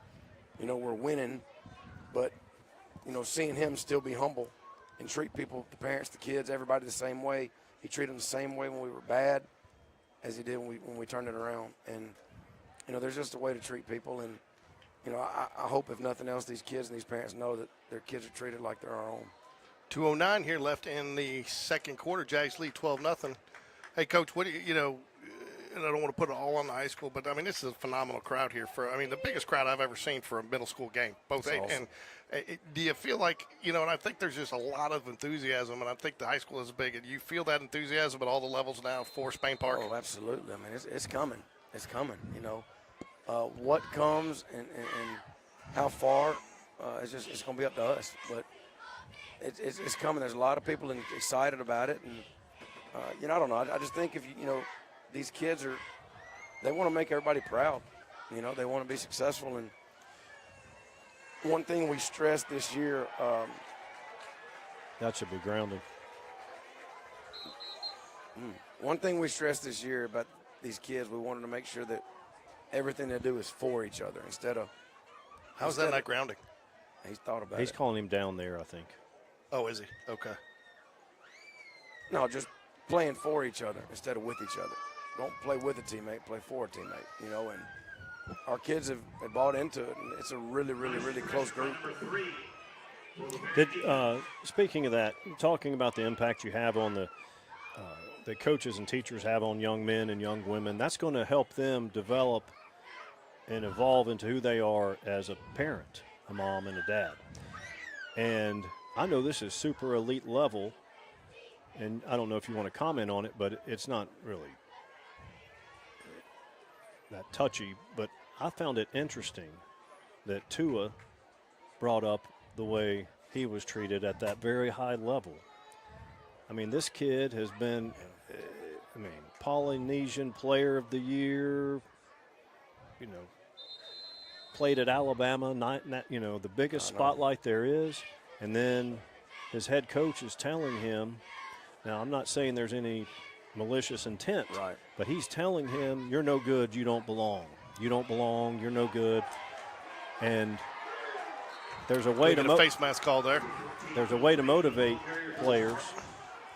And then but at some point you have to be able to know, like, hey, I can push this kid to this point, but I could never see you or any of the coaches I had ever getting to that point. No, and no, it's, again, these kids, they're not going to remember plays. They're not going to remember scheme. Like, they're going to remember moments on the practice field they'll never forget, or moments of a game or a win or a loss, but they're going to remember how they were treated. They will absolutely remember that. They're not going to remember everything, but they're going to remember something you said, or one day you put your arm around them, or just something subtle that was subtle to you that was big to them.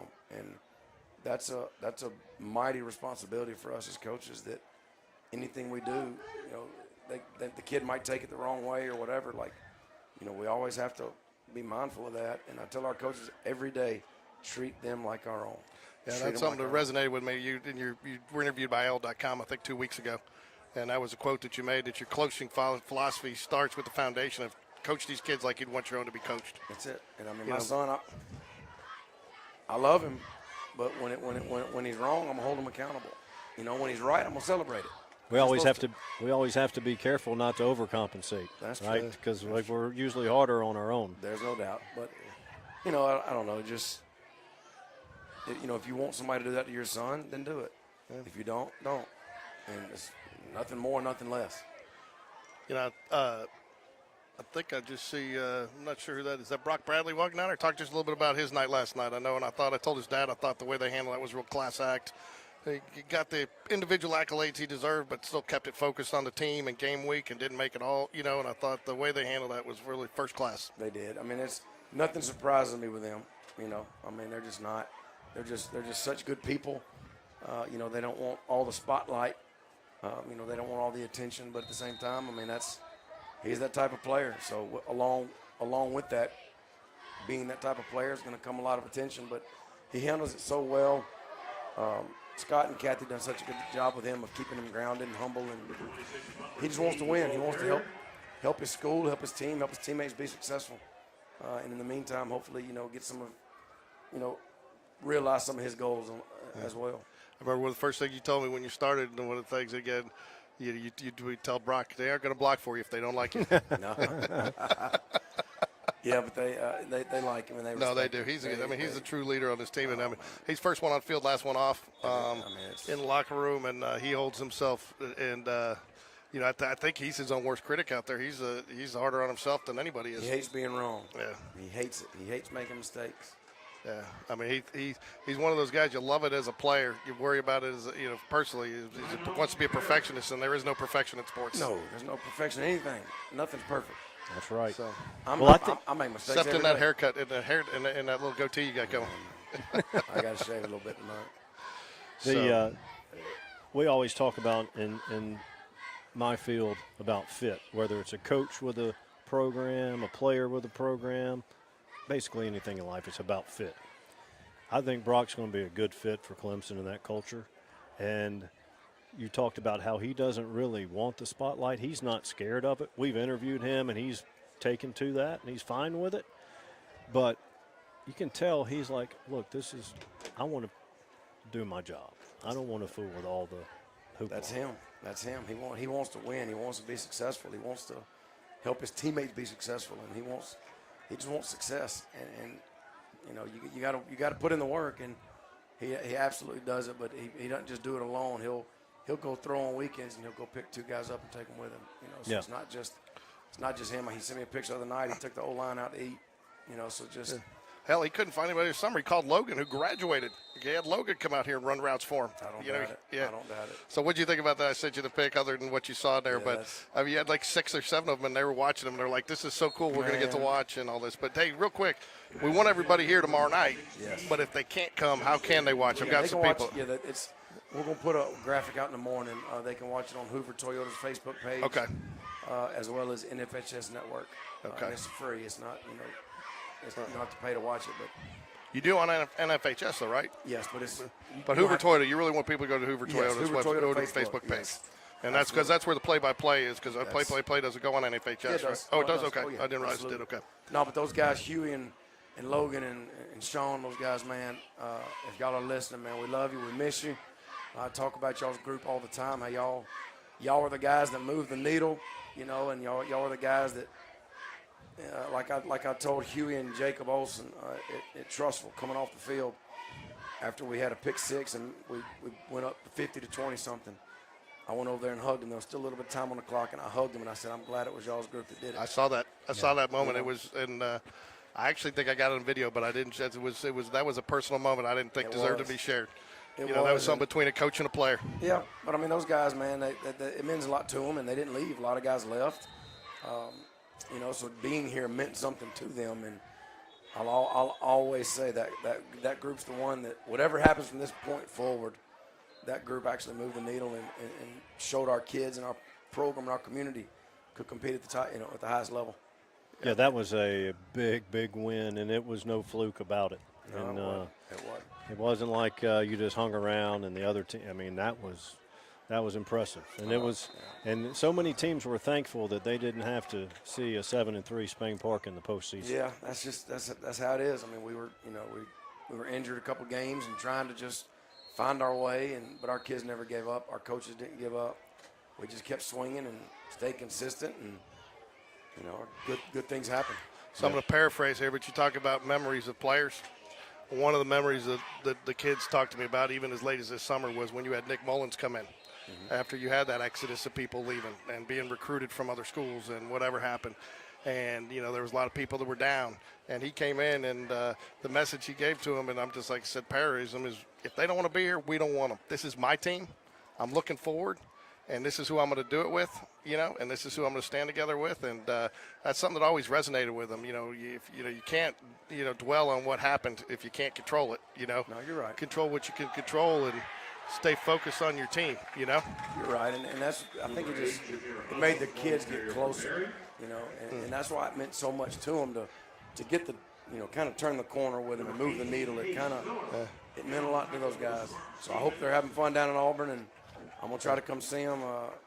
One of the games, I'm going to come see them. You know, I'm not going to stay long because I know, I just want to give them a good hug and wish them the best. Last one I got for you, and we'll let you get out of here if you need to, because I know you got to get focused tomorrow night. But I've never seen you guys do this, and again, it maybe something you just started this year, maybe I just missed it. But when you were trying to close out practice yesterday, they got to make a field goal to get off field. You had the entire team surrounding them, just going nuts.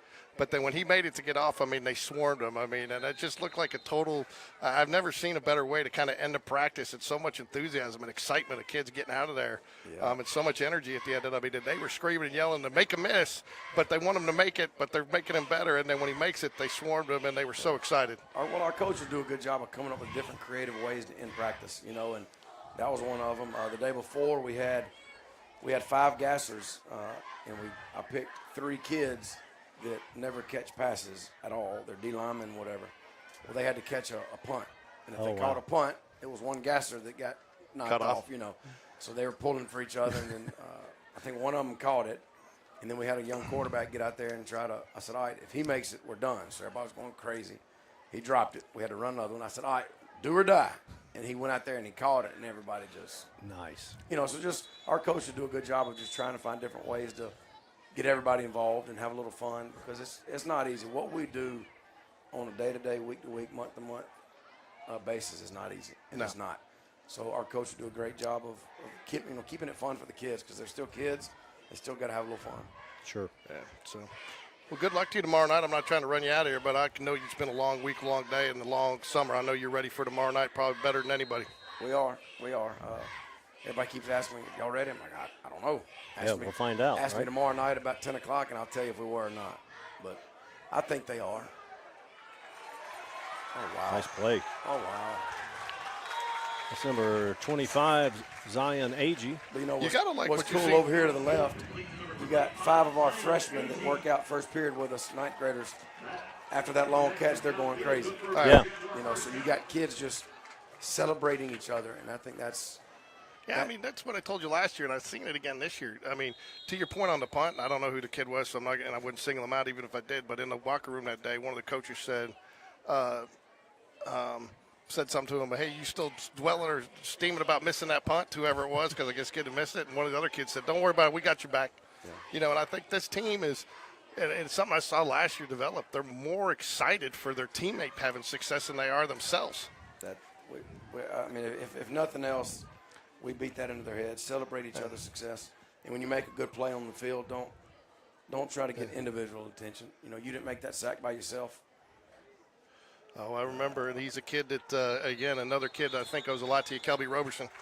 You know, he was that guy, and you pulled him off field several times for some individual, and he learned, you know, and again, it was character lessons and character building, and I know he appreciates that. We've talked about it, and he's actually, from what I hear, started off pretty strongly up in Indiana Wesleyan, probably going to redshirt, but I think he's a big – I understand it's going to be tough to keep him off the field. They love him. They absolutely love him. So that's – you know, whenever the kids come out and they leave us and they get away from us and they still do well, that makes you feel good. Yeah, well – I think you got to know, too, just like you said a long time. I mean, you want to win. I've never seen anybody more competitive, but the victories will take care of themselves if you do the right things along the way. No doubt. And if you do it the right way, you can sleep at night. Yeah. Sure. Yeah. Anyways, well, Coach, I'll let you get out of your phone's ringing. And, you know, we appreciate you joining us, and we look forward to tomorrow night. Absolutely, guys. And then, more importantly, we look forward to Sunday night, man. If you have an opportunity, you want to ask Coach a question, go ahead and you can send it to us in advance. DM us on GameDay Sports Radio 1 on Instagram. Get us your question. We'll try to get it in front of Coach on Sunday night. And if you come in person, we can write down your question or come up to the mic and ask your question to Coach about Friday night's game or just anything coaching in general. It's going to be a blast, man. It's going to be fun to do it with the community in different levels, and Sunday night we'll have the middle school coaches up there, and it's going to be a lot of fun. So thank y'all for doing this, and God bless everybody, and go Jags. Go Jags. Go Jags. Last play here. Yep, thank you, Coach.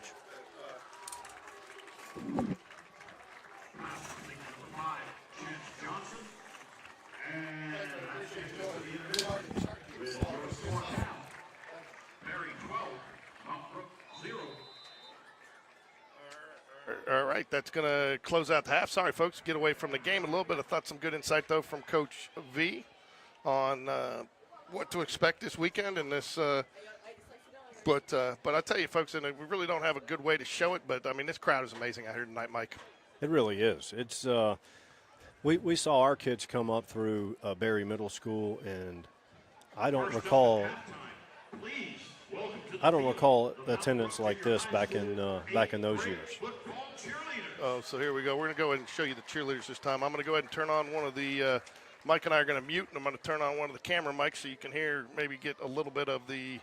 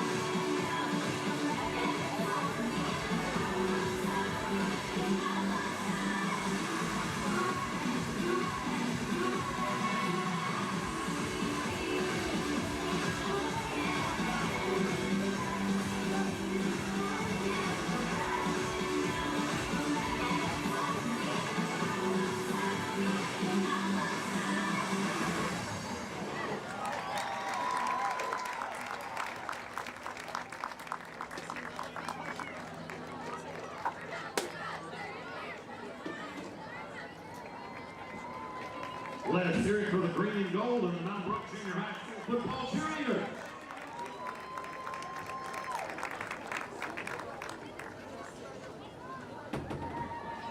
Next up to take the field, please welcome your 8th grade Berry Middle School football cheerleaders.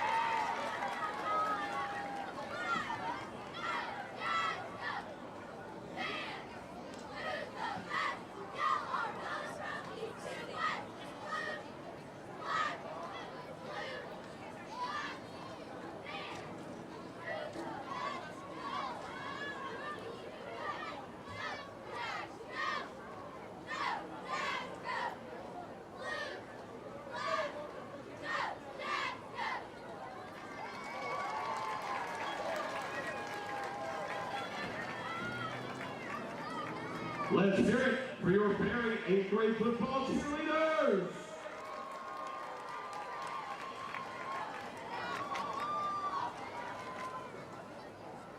And now taking the field, here are your 2024-2025 Berry Middle School Sparklers.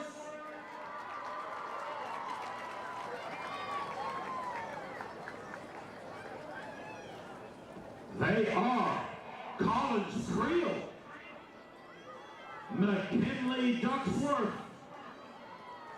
Journey Elliott, Marion Huffman, Cadence Watson, Lauren Richardson, Kennedy Stevenson, Sanaya Sanji,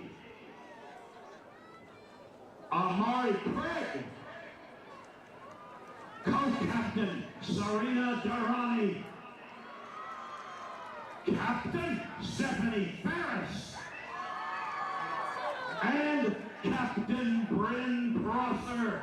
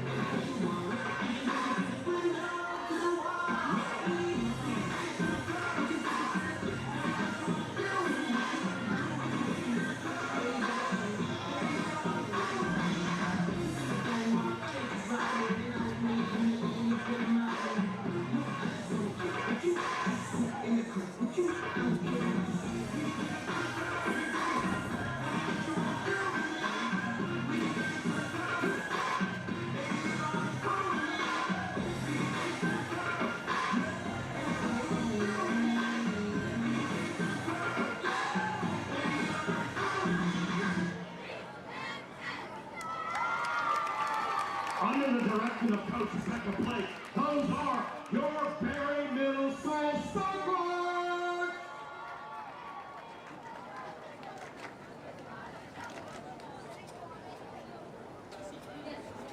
You can't hear yourself thinking there. I know it. Jeez. Take care. See you later.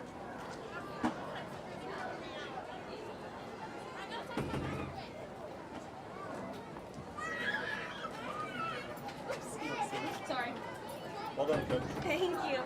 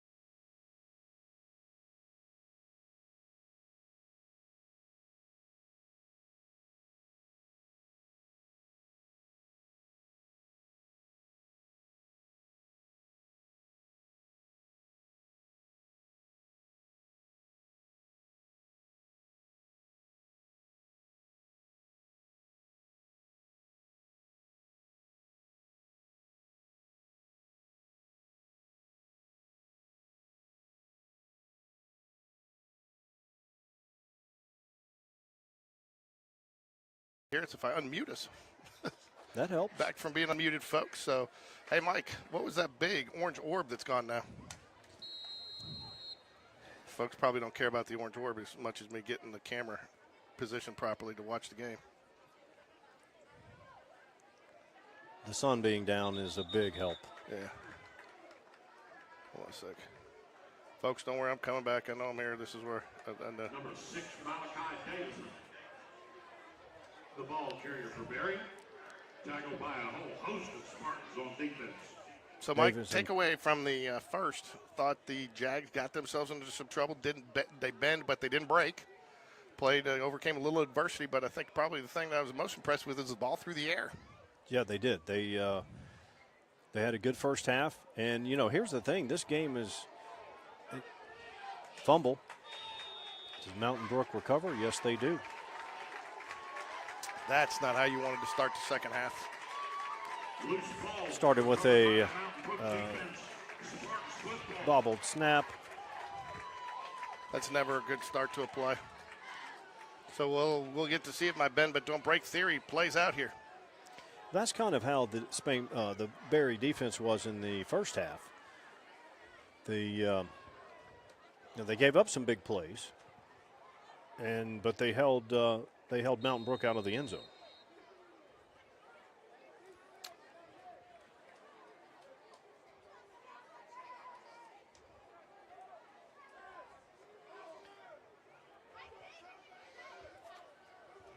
Mountain Brook takes over.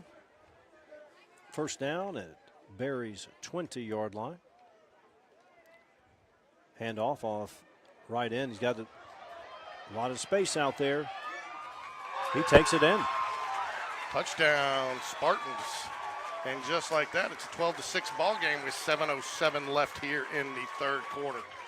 Want to thank Coach V for joining us again. I mean, he's such a, I tell him now, my compliments and support's genuine. I don't have any kids playing for him anymore. Yeah, and you got to respect if you respect someone, you respect them. It doesn't, No. and he knows the impact he's having, but I like bringing it up because the impact goes well beyond high school and college years. It sticks with the athlete the rest of their lives. Okay, so they're going to go for 2. It's 12-6. Yeah. And I think, that's just somewhat a function of, do you really have a kicker at this level? So. Snap, handoff. They hold him up.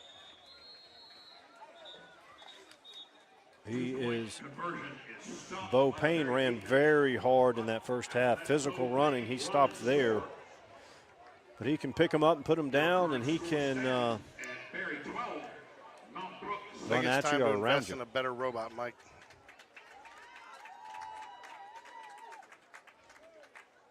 You can stand up and do it manually all day. Yeah.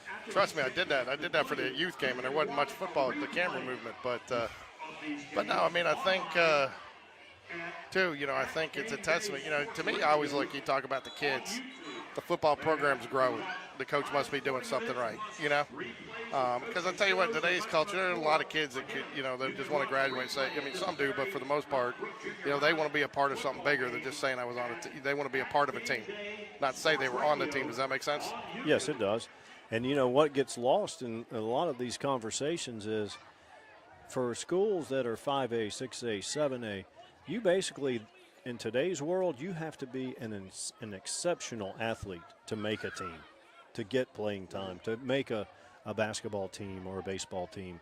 And then so you're getting, just by that very reason, you're getting the kids that are mentally tough and obviously talented.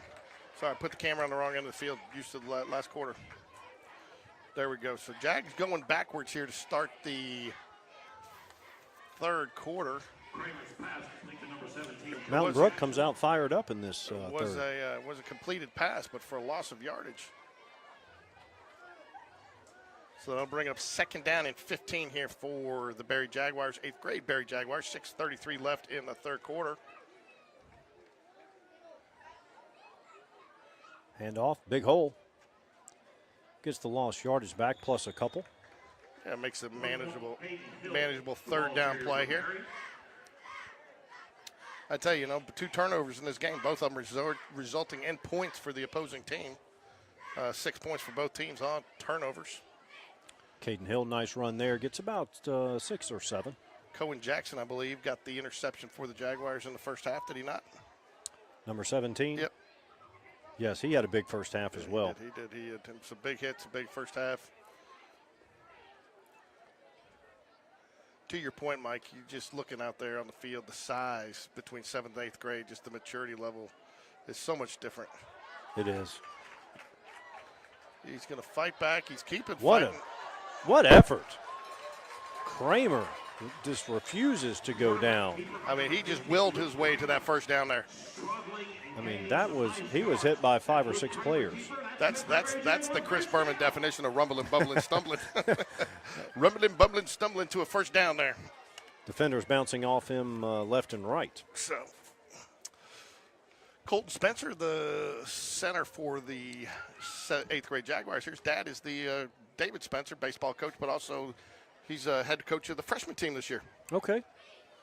Freshman baseball or football? First football. Okay. Nice. Put that one on a line. I tell you, that's one, again, it's something that I'm, and maybe it's just the game has changed a little bit since I've played, so many years ago, but I'm encouraged to see the coaches not afraid to go to the air at 7th and 8th grade level here today for the Jaguars. Again, I'm right there with you because it's about the development. Look, if maybe some of these teams would be better off running the triple option or the veer, like if wins mattered. But these programs are starting to focus on the development of the players. Mm-hmm. Well, I think it's a philosophy you and I took when we coached that girls basketball team.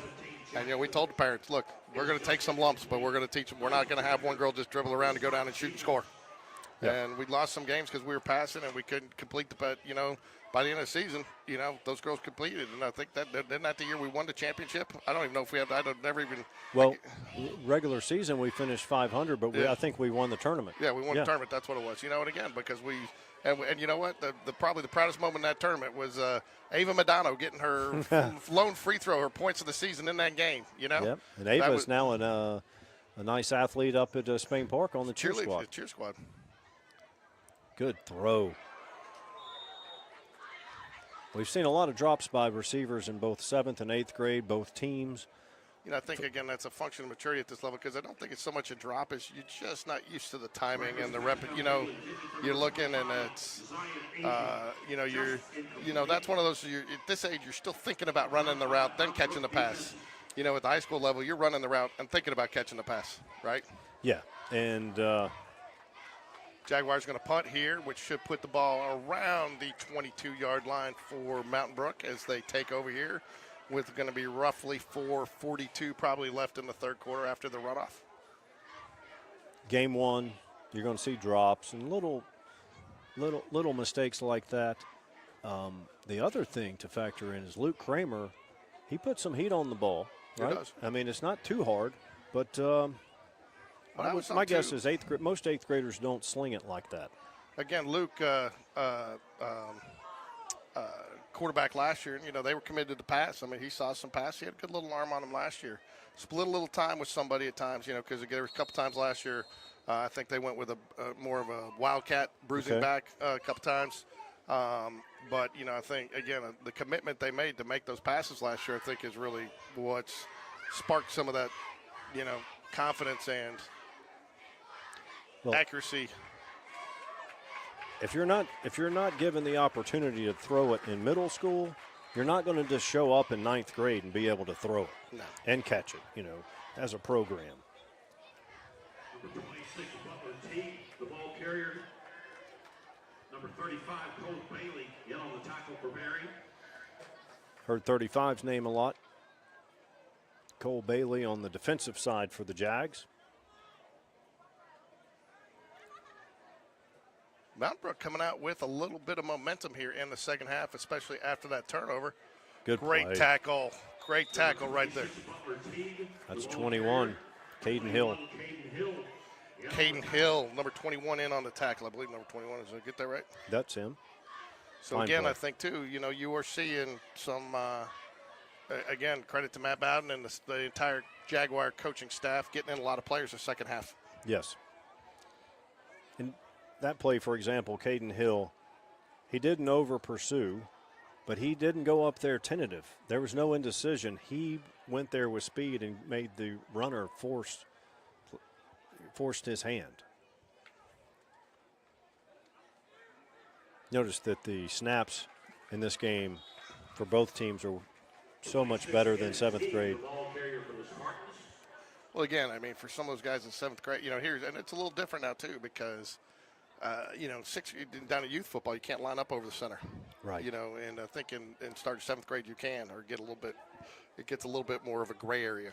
So when you're at that age, You can be you're to the side. Well, you're so worried about blocking at the center, you rush that snap a little bit.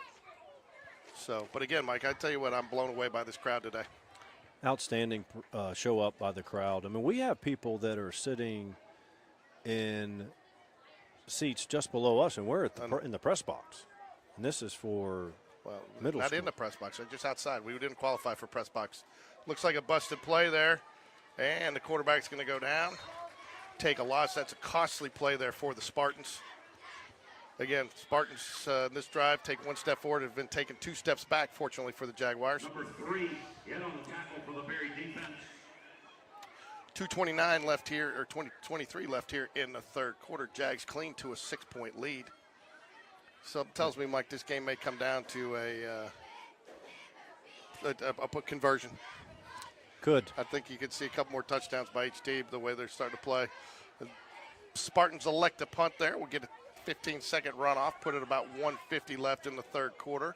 Jags should get the ball back right at where they punted from in the previous drive.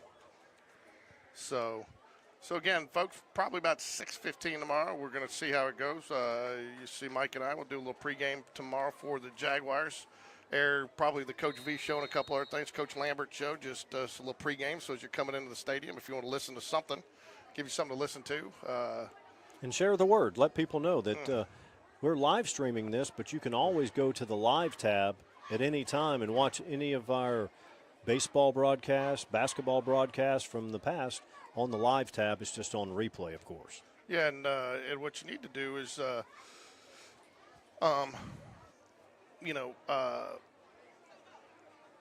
share it, like it, subscribe to it, and then that way you get any notifications on anything we do for Spain Park.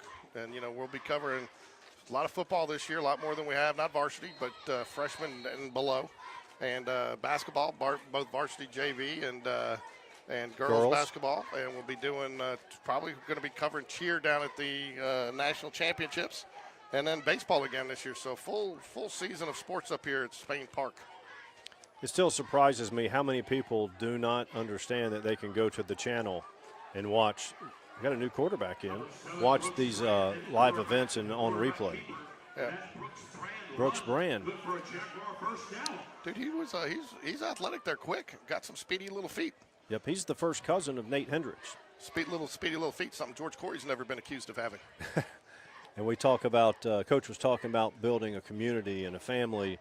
So you got the first cousin, Brooks Brand, Nate Hendricks, and of course, Nate Hendricks is the younger brother of Noah Hendricks, who we've called his games in basketball, and he's also a football player. Love Noah Hendricks, man. I'm in there loading my stuff up, and it's 150 degrees outside, and he's coming out after sweating his tail off at practice. He's even got some of his gear with him. I think probably take it home and watch, which I'm sure his mom was thrilled about it. Probably was.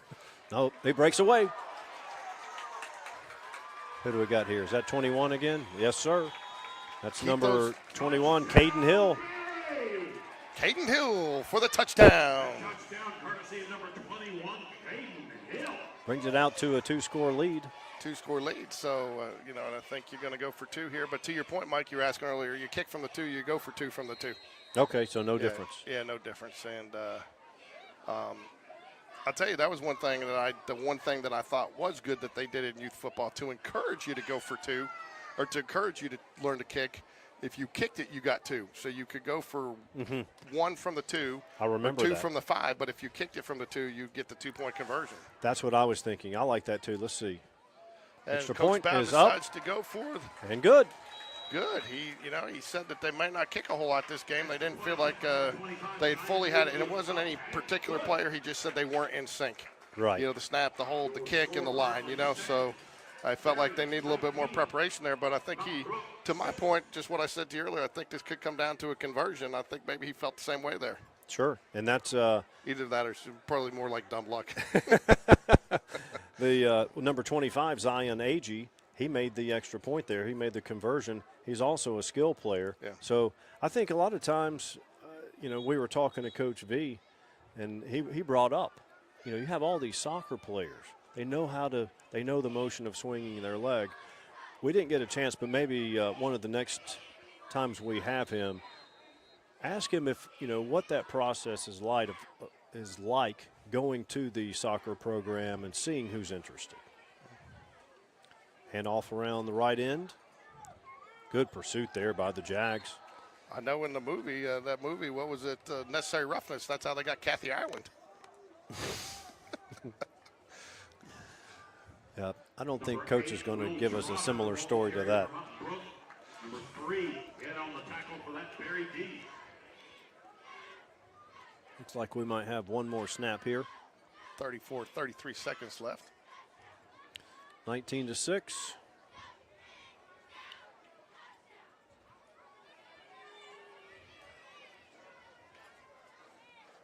Sam Young to take the snap. He hands it off. Great pursuit. They keep trying that right side. It worked in the first half, and it worked some earlier this quarter, but it has not worked this possession. No, and I think that, I'm not going to say they came out flat Number 8, Will there, Farrow, and number 79. and that'll do it here. 19-0 or 19-6 here. Spain Park leads as we head into the final quarter of the matchup here, quarter number 4. We still play 4 quarters? We do. Last time I checked. So, but what was it? We'll flip ends of the Once field. again, a reminder, if you'd like to watch a replay of this ball game, you can go to @GameDay Sports Radio on YouTube. There you go. You can watch live sporting events and replays of coaches' shows, much more. Again, that's @GameDay Sports Radio on YouTube. Nice little plug there by the Mr. Coker. Mr. Coker on the public address. Let me get a. I see some people going for their phones. I don't know if they're putting game day in, but let's hope so.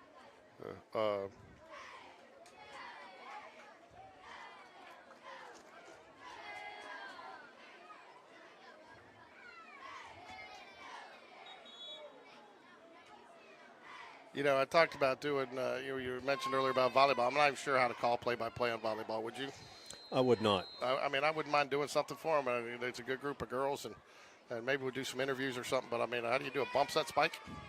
And I'm not saying it to be glib about their sport. Trust me. Oh, no. I respect. I went and saw 2 volleyball matches in Paris at the Olympics. I watched Italy versus Brazil.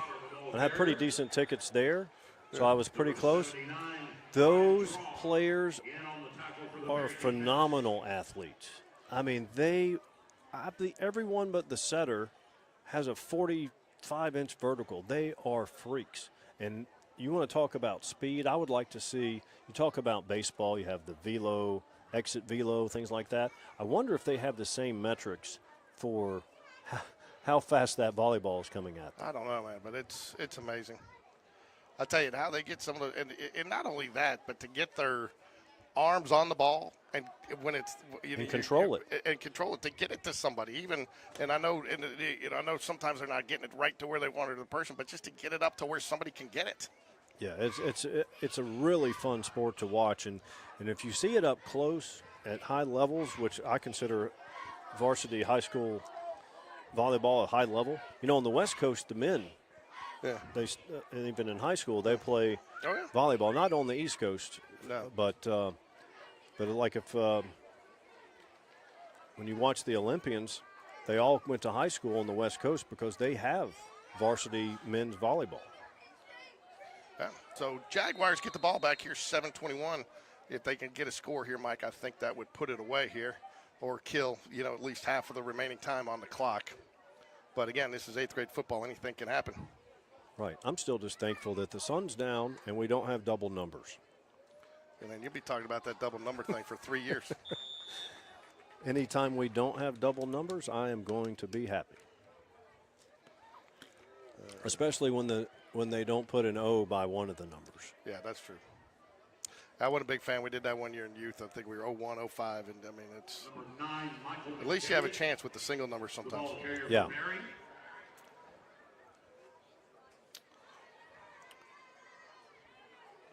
19-6 here. Jaguars lead coming off a 26-0 victory of the 7th grade. Jaguars looking to advance to 2-0 tonight. 1-0 for both teams, but I'm going 2-0 for collective score. Another thing to point out is right now you have Brooks Brand. He didn't start the game, but he's getting quality snaps right now. But one thing that I always had a trouble with as an athlete and a coach and even a fan is when you put guys that didn't start, your 1A guy, your 2 or 3 guys, and you put them all out there together and you don't have the same weapons, you're not getting a true indication of what they can do. But I'm seeing this number 7 out here playing with players that played in the first quarter. Yeah, he is. And in fact, I went looking for Coach Bowden yesterday, talked to him about doing a broadcast, and he was on bus evacuation. I thought, man, they've gotten pretty technical to call it an evacuation. Kids getting off the bus, but like 2 times a year they actually have to evacuate out of the back of the bus, and he's got really? Yeah, that's what they were doing for a safety thing. But anyways, we talked a little bit. He told me they were going to try to get a lot of the players, skill players specifically. But to your point, they weren't going to go and just wholesale substitutions because, for guys that maybe haven't played a lot of offensive line, they didn't want to put a guy in that, they wanted to give the quarterback, to your point, a chance that with some people up there to block That can create space, yeah, they can block. So they might switch out one offensive lineman at a time so it wasn't such a wholesale change and give everybody a fair opportunity to really show what they could do. Brooks Brand is on the floor, on the ground. It's like a lower leg. Get off that. Hopefully only a bruise. Yeah, get Let's off hope. that. We don't show injuries. Except to my ego, Mike. The big bruise. The big bruised ego. So it looks like if you're wanting to watch again for Berry action, the Simmons game went on the 19th. Is that right? That sounds right. A Thursday? Wait. There, I got it here. Yep, we will be covering the Simmons game here on September 19th, and then we're going to follow up with the freshman game here on Monday the 23rd. Well, I'm going to set Freshman and JV. I'm going to set the over-under at 27. Not score, but how many times we refer to Simmons as Hoover and how many times we refer to Berry as Spain Park. Because when you see those colors out there, it's going to be even harder than this game to keep it aligned. I tell you, it should be an exciting matchup, too. I mean, the Jaguars get through Sparkman tomorrow night, win or loss. They come right back up against Hoover following week. And that's something, again, I give not only Coach V, but the entire Hoover City Schools, making sure that game stayed on the schedule, even though 6A, 7A. I think it's an important game for these kids to play. Crosstown rival, have some fun. To Coach V's point, I mean, I think that's where, and I don't want to put expectations on the varsity team, but they held their own so well as probably what should be they're as far as size-wise, lower 7, higher 6A team, Right. And they probably, in my opinion, and, I've talked about it, and some people give me a hard time, said that I'm just trying to make lemon out of lemonade, but I personally think 6A can be more competitive than 7A. You got an extra round of the playoffs to go through. What you don't find there so much is what you don't find there probably at 6A is quite as much depth, but pound for pound, I mean, it can be as competitive and as challenging as a 7A matchup, and, Sure. So I think that game against Hoover in 2 weeks should be, and in fact, there's rumors that it's going to be the ABC 3 or Fox 6 game of the week, and there's going to be a lot of, I'm sure you do the can drive with the kids do the can drive and all that stuff. Brooks Brand He got off the field with a little help. Hopefully that not too bad now. So now we have Luke Kramer back in taking the snap. I want to give Lucas Thornton a shout out, another Berry alum who's a Jaguar alum who's on the fishing team up at North Alabama. Outstanding. And he's watching us tonight, so I want to give Lucas Thornton and his brother Andrew Thornton will be playing tomorrow night, one of probably starting wide receivers. I don't think if you don't start a wide receiver on this team on Friday night, I don't think you worry about it because there's about Sure. 8 deep on there, and you're going to see whatever rotation. I think you'll see them up on the scoreboard as a starter, but they may not be in on the first play because depending on what play they run and stuff like that. But I think Andrew Thornton's going to have a big year. He came on strong at the end of the year last year in baseball. Okay. Was kind of found himself a role. He was pinch runner, your courtesy runner for the catchers. Then a couple injuries, saw him get put in the lineup. He was saw him get put in a lot as a defensive center fielder late in the game with his speed. Didn't Arnold play center field too? Arnold played a little bit of left, and then they put Andrew in. Andrew got a little bit of a hotter bat as we headed into area play. Okay. And then you saw Arnold, though, took that role, and he became the courtesy runner. So they were kind of interchangeable somewhat. All right, Mountain Brook gets the ball back here. 5:55 remaining in the fourth. 19-6 is your score. Berry leads Mountain Brook. All right. That looks like number 12, Sam Young. Drops back to pass. A lot of passing here, wide open over there. But overthrows him. Well, you don't want to lob that one out there. No, you definitely don't, because that's 6 going the other way. But I will tell you, that's one of the things that some people say, hey, the first half of the game went quick, and the second half was like forever, because with all these passes and the stop the clock. Yeah, it's we're seeing it get thrown around a lot in this game, not so much in the first game. In fact, Mountain Brook, I don't know if they threw more than 3 passes the entire game for 7th grade. Yeah. So I tell you tomorrow, this week, if you wanted to mark down a name for Sparkman, and I already asked Coach V about it on the show, Jamarian Matthews, defensive end. He had 13 and a half sacks as a sophomore last year, and 10 quarterback hurries, and I forget how many knockdowns. I mean, he is going to be a force at the Jaguar offensive line. Ooh, is he going to get the flag? Nope. So they call him inbounds too. But he's going to be a force to be reckoned with, probably a Division I athlete. But is he playing on the edge or is he plays on the edge? He plays on the edge. So Hudson Reed. Yes. Who else is going to be? I guess it's going to be a group effort. Yeah, so to keep him out of the backfield. So yeah, they got and I tell you the Sparkman team, they got a new quarterback, but again a guy that's seen some action last year, and I think they were fairly balanced, but it's going to be a mobile, it's going to be an elusive quarterback that can throw the ball. So, but Sparkman lost a lot of talent. They lost their leading receiver, their leading rusher on the team, and from last year. So, a little bit of a question mark of who you're going to see and what they run and how they respond. I'm looking forward to that game. You talked about the receivers, how they go 6, 7, 8 deep. That was the case last year as well, right? It was. There were certain receivers, certain sets, and that's one of the things with Logan, my son. There were games that he didn't get he didn't see it because there were certain packages that they felt like, and they put those receivers in the packages they felt really suited their strengths. Hey, I do have one question for you about Friday night, Mike, and I'll ask you after this play. Jet sweep. Gain of 2. So the big question is not the depth of the wide receivers and not the depth of the offensive line.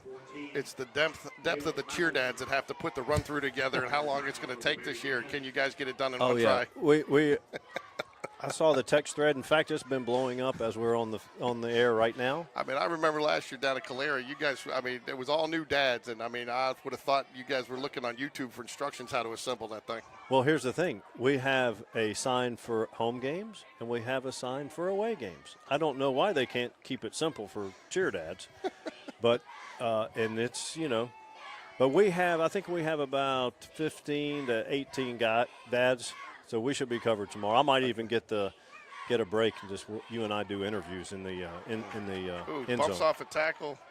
All right, the host of There you go. 4 minutes remaining here, 19-6. Zion Agee in on that tackle. He's made an extra point. He's played on offense. He's played on defense. Don't want to overemphasize the earlier victory and what appears to be a possible victory here. But Mountain Brook fields solid teams. I mean, I think you walk away feeling like these are two pretty good wins to open the season if you walk away with 2 victories here. I think that's fair to say. And, I talked about the Mountain Brook youth programs in basketball. It's the same in football. Like, they start them early and they they dedicate themselves. There we go. Take it all the way. That's number 14, Caleb Matherson with the pick.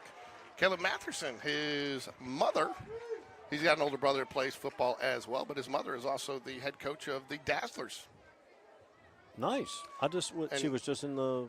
No, the Dazzlers, not Berry. The Dazzlers at the Okay. they're the Sparklers in Berry. Okay. Sparklers, and then you become a Dazzler. So we just call them Spain Park too. Yeah, no. So she's she is a teacher up here and has a full-fledged dance program up here at Spain Park. Teaches, I guess, a dance class. Okay. So she is, and she's been great. I tell you what, you can't find a better coach, teacher to work with on the stuff that we do up here. And I felt bad because, their seasons are flip-flop. I told her we're going to try to cover them like cheer last year, and their stuff is earlier and cheers later. And so hopefully we can do some stuff because they work really hard. And I will tell you, I don't get a better group of smiles out of anybody than I do those Dazzlers when I'm down there with the camera on the sidelines. They do an outstanding job. And again, they're athletes. The things they do, I guess still the term is majorettes, that do it, you see them, they're phenomenal. So we're trying to work on a little hype video for next week for the Hoover game. It'll be respectful, don't worry, folks, to Hoover. But handoff. Nice cut Nice back. cut back. Push it up. Attaboy. And I think that'll do it. I think I can put that'll make it 25. I think they'll. Malachi Davidson showed 2 nice cutbacks there, and then he showed the burst of speed. Took it to the house. But there was I don't know who she was, but there was probably a little 4-year-old out there twirling a baton. So I got a little video of her, and she's going to be included in the hype video. Very good. At the Very band good. practice the other day. So anyways, it looks like Jags are going to try to kick this one again. See, is that Zion again? Yeah, so they're going to go for the extra point. Getting a late of the center. I mean, you kind of have to have him, don't you? They need another one. They only have 10. So might want to call a timeout here, Coach. We might going to run out of time here before you get a chance to kick this. Take the penalty and kick it from further out. Attaboy. It's good. So I'll tell you, and again, to the coach's credit for committing to the kicks. The hardest part of that is probably not the kick. There are not a lot of kids that can snap. And, again, Evan Bishop has been a staple and a friend of ours. And he has worked his tail off, and he just got an invited walk-on and probably going to be the long snapper at the UAB. Excellent. He's made Excellent the team. news. He has to wait 3 games because of a transfer situation, but sit out 3 games. But it looks like he'll be the long snapper at UAB. But worked hard. But I mean, those are sought-after positions. And again, the hold, getting that timing down. And if you look at, that's one of the things we talked to Coach V about earlier. Run around right end. He's got some room. Good speed there. Yeah. One of the things we talked to Coach V about it, that's one of the things they picked up on the film last year is that, and it wasn't, I'm going to say Alex Lloyd, but what his fault. He was waiting just a little split second too long to start moving towards, wait till the ball almost got there rather than going, and that's just that split second delay was, and again, there was a couple times the snap was a little slow. There's a couple times the hold, so they were able to pick up those little things on film. And I don't think a lot of people realize how much time these coaches spend away from their families during the season, reviewing film at home. And, I mean, they're up here early in the morning and, late at night and missing a lot of their own kids' practices. So many components in the place kicking. You have everyone has to block. Not one person can miss a block, because then you're going to have it blocked and going the other way. Yeah. Then 2 minutes 50 seconds left here. Should be all academic from this point. 26-6. So 26 is a common number. It wasn't It the is. score 26-0 in the 7th grade. it was 26-0. So, and again, same thing. Jaguars in the first game went 2 for 4 kicking the ball. Jaguar 8th grade has been 2 for 2 for point after tries from the foot, and did not make their 2 conversions that they tried to run in. Yeah. Zion So- Agee 2 for 2 on the extra points. Again, I'm going to tell you, Mike. Ooh, nice tackle right there. It's number 5, Chance Johnson. Chance Johnson, nice tackle. And I tell you, again, if I'm going to walk away as a educated spectator here, and I don't know how educated I am, but you got to feel good about the depth here too. They played a lot of guys. I haven't seen a lot of drop off. No, you haven't. And again, the exciting thing is we got to see what the depth is. A lot of times you'll see teams and they'll just go with their top 14 on each side of the ball, and that's all you see. And that's not been the case tonight. No, and I think and that bodes well because we were talking earlier about.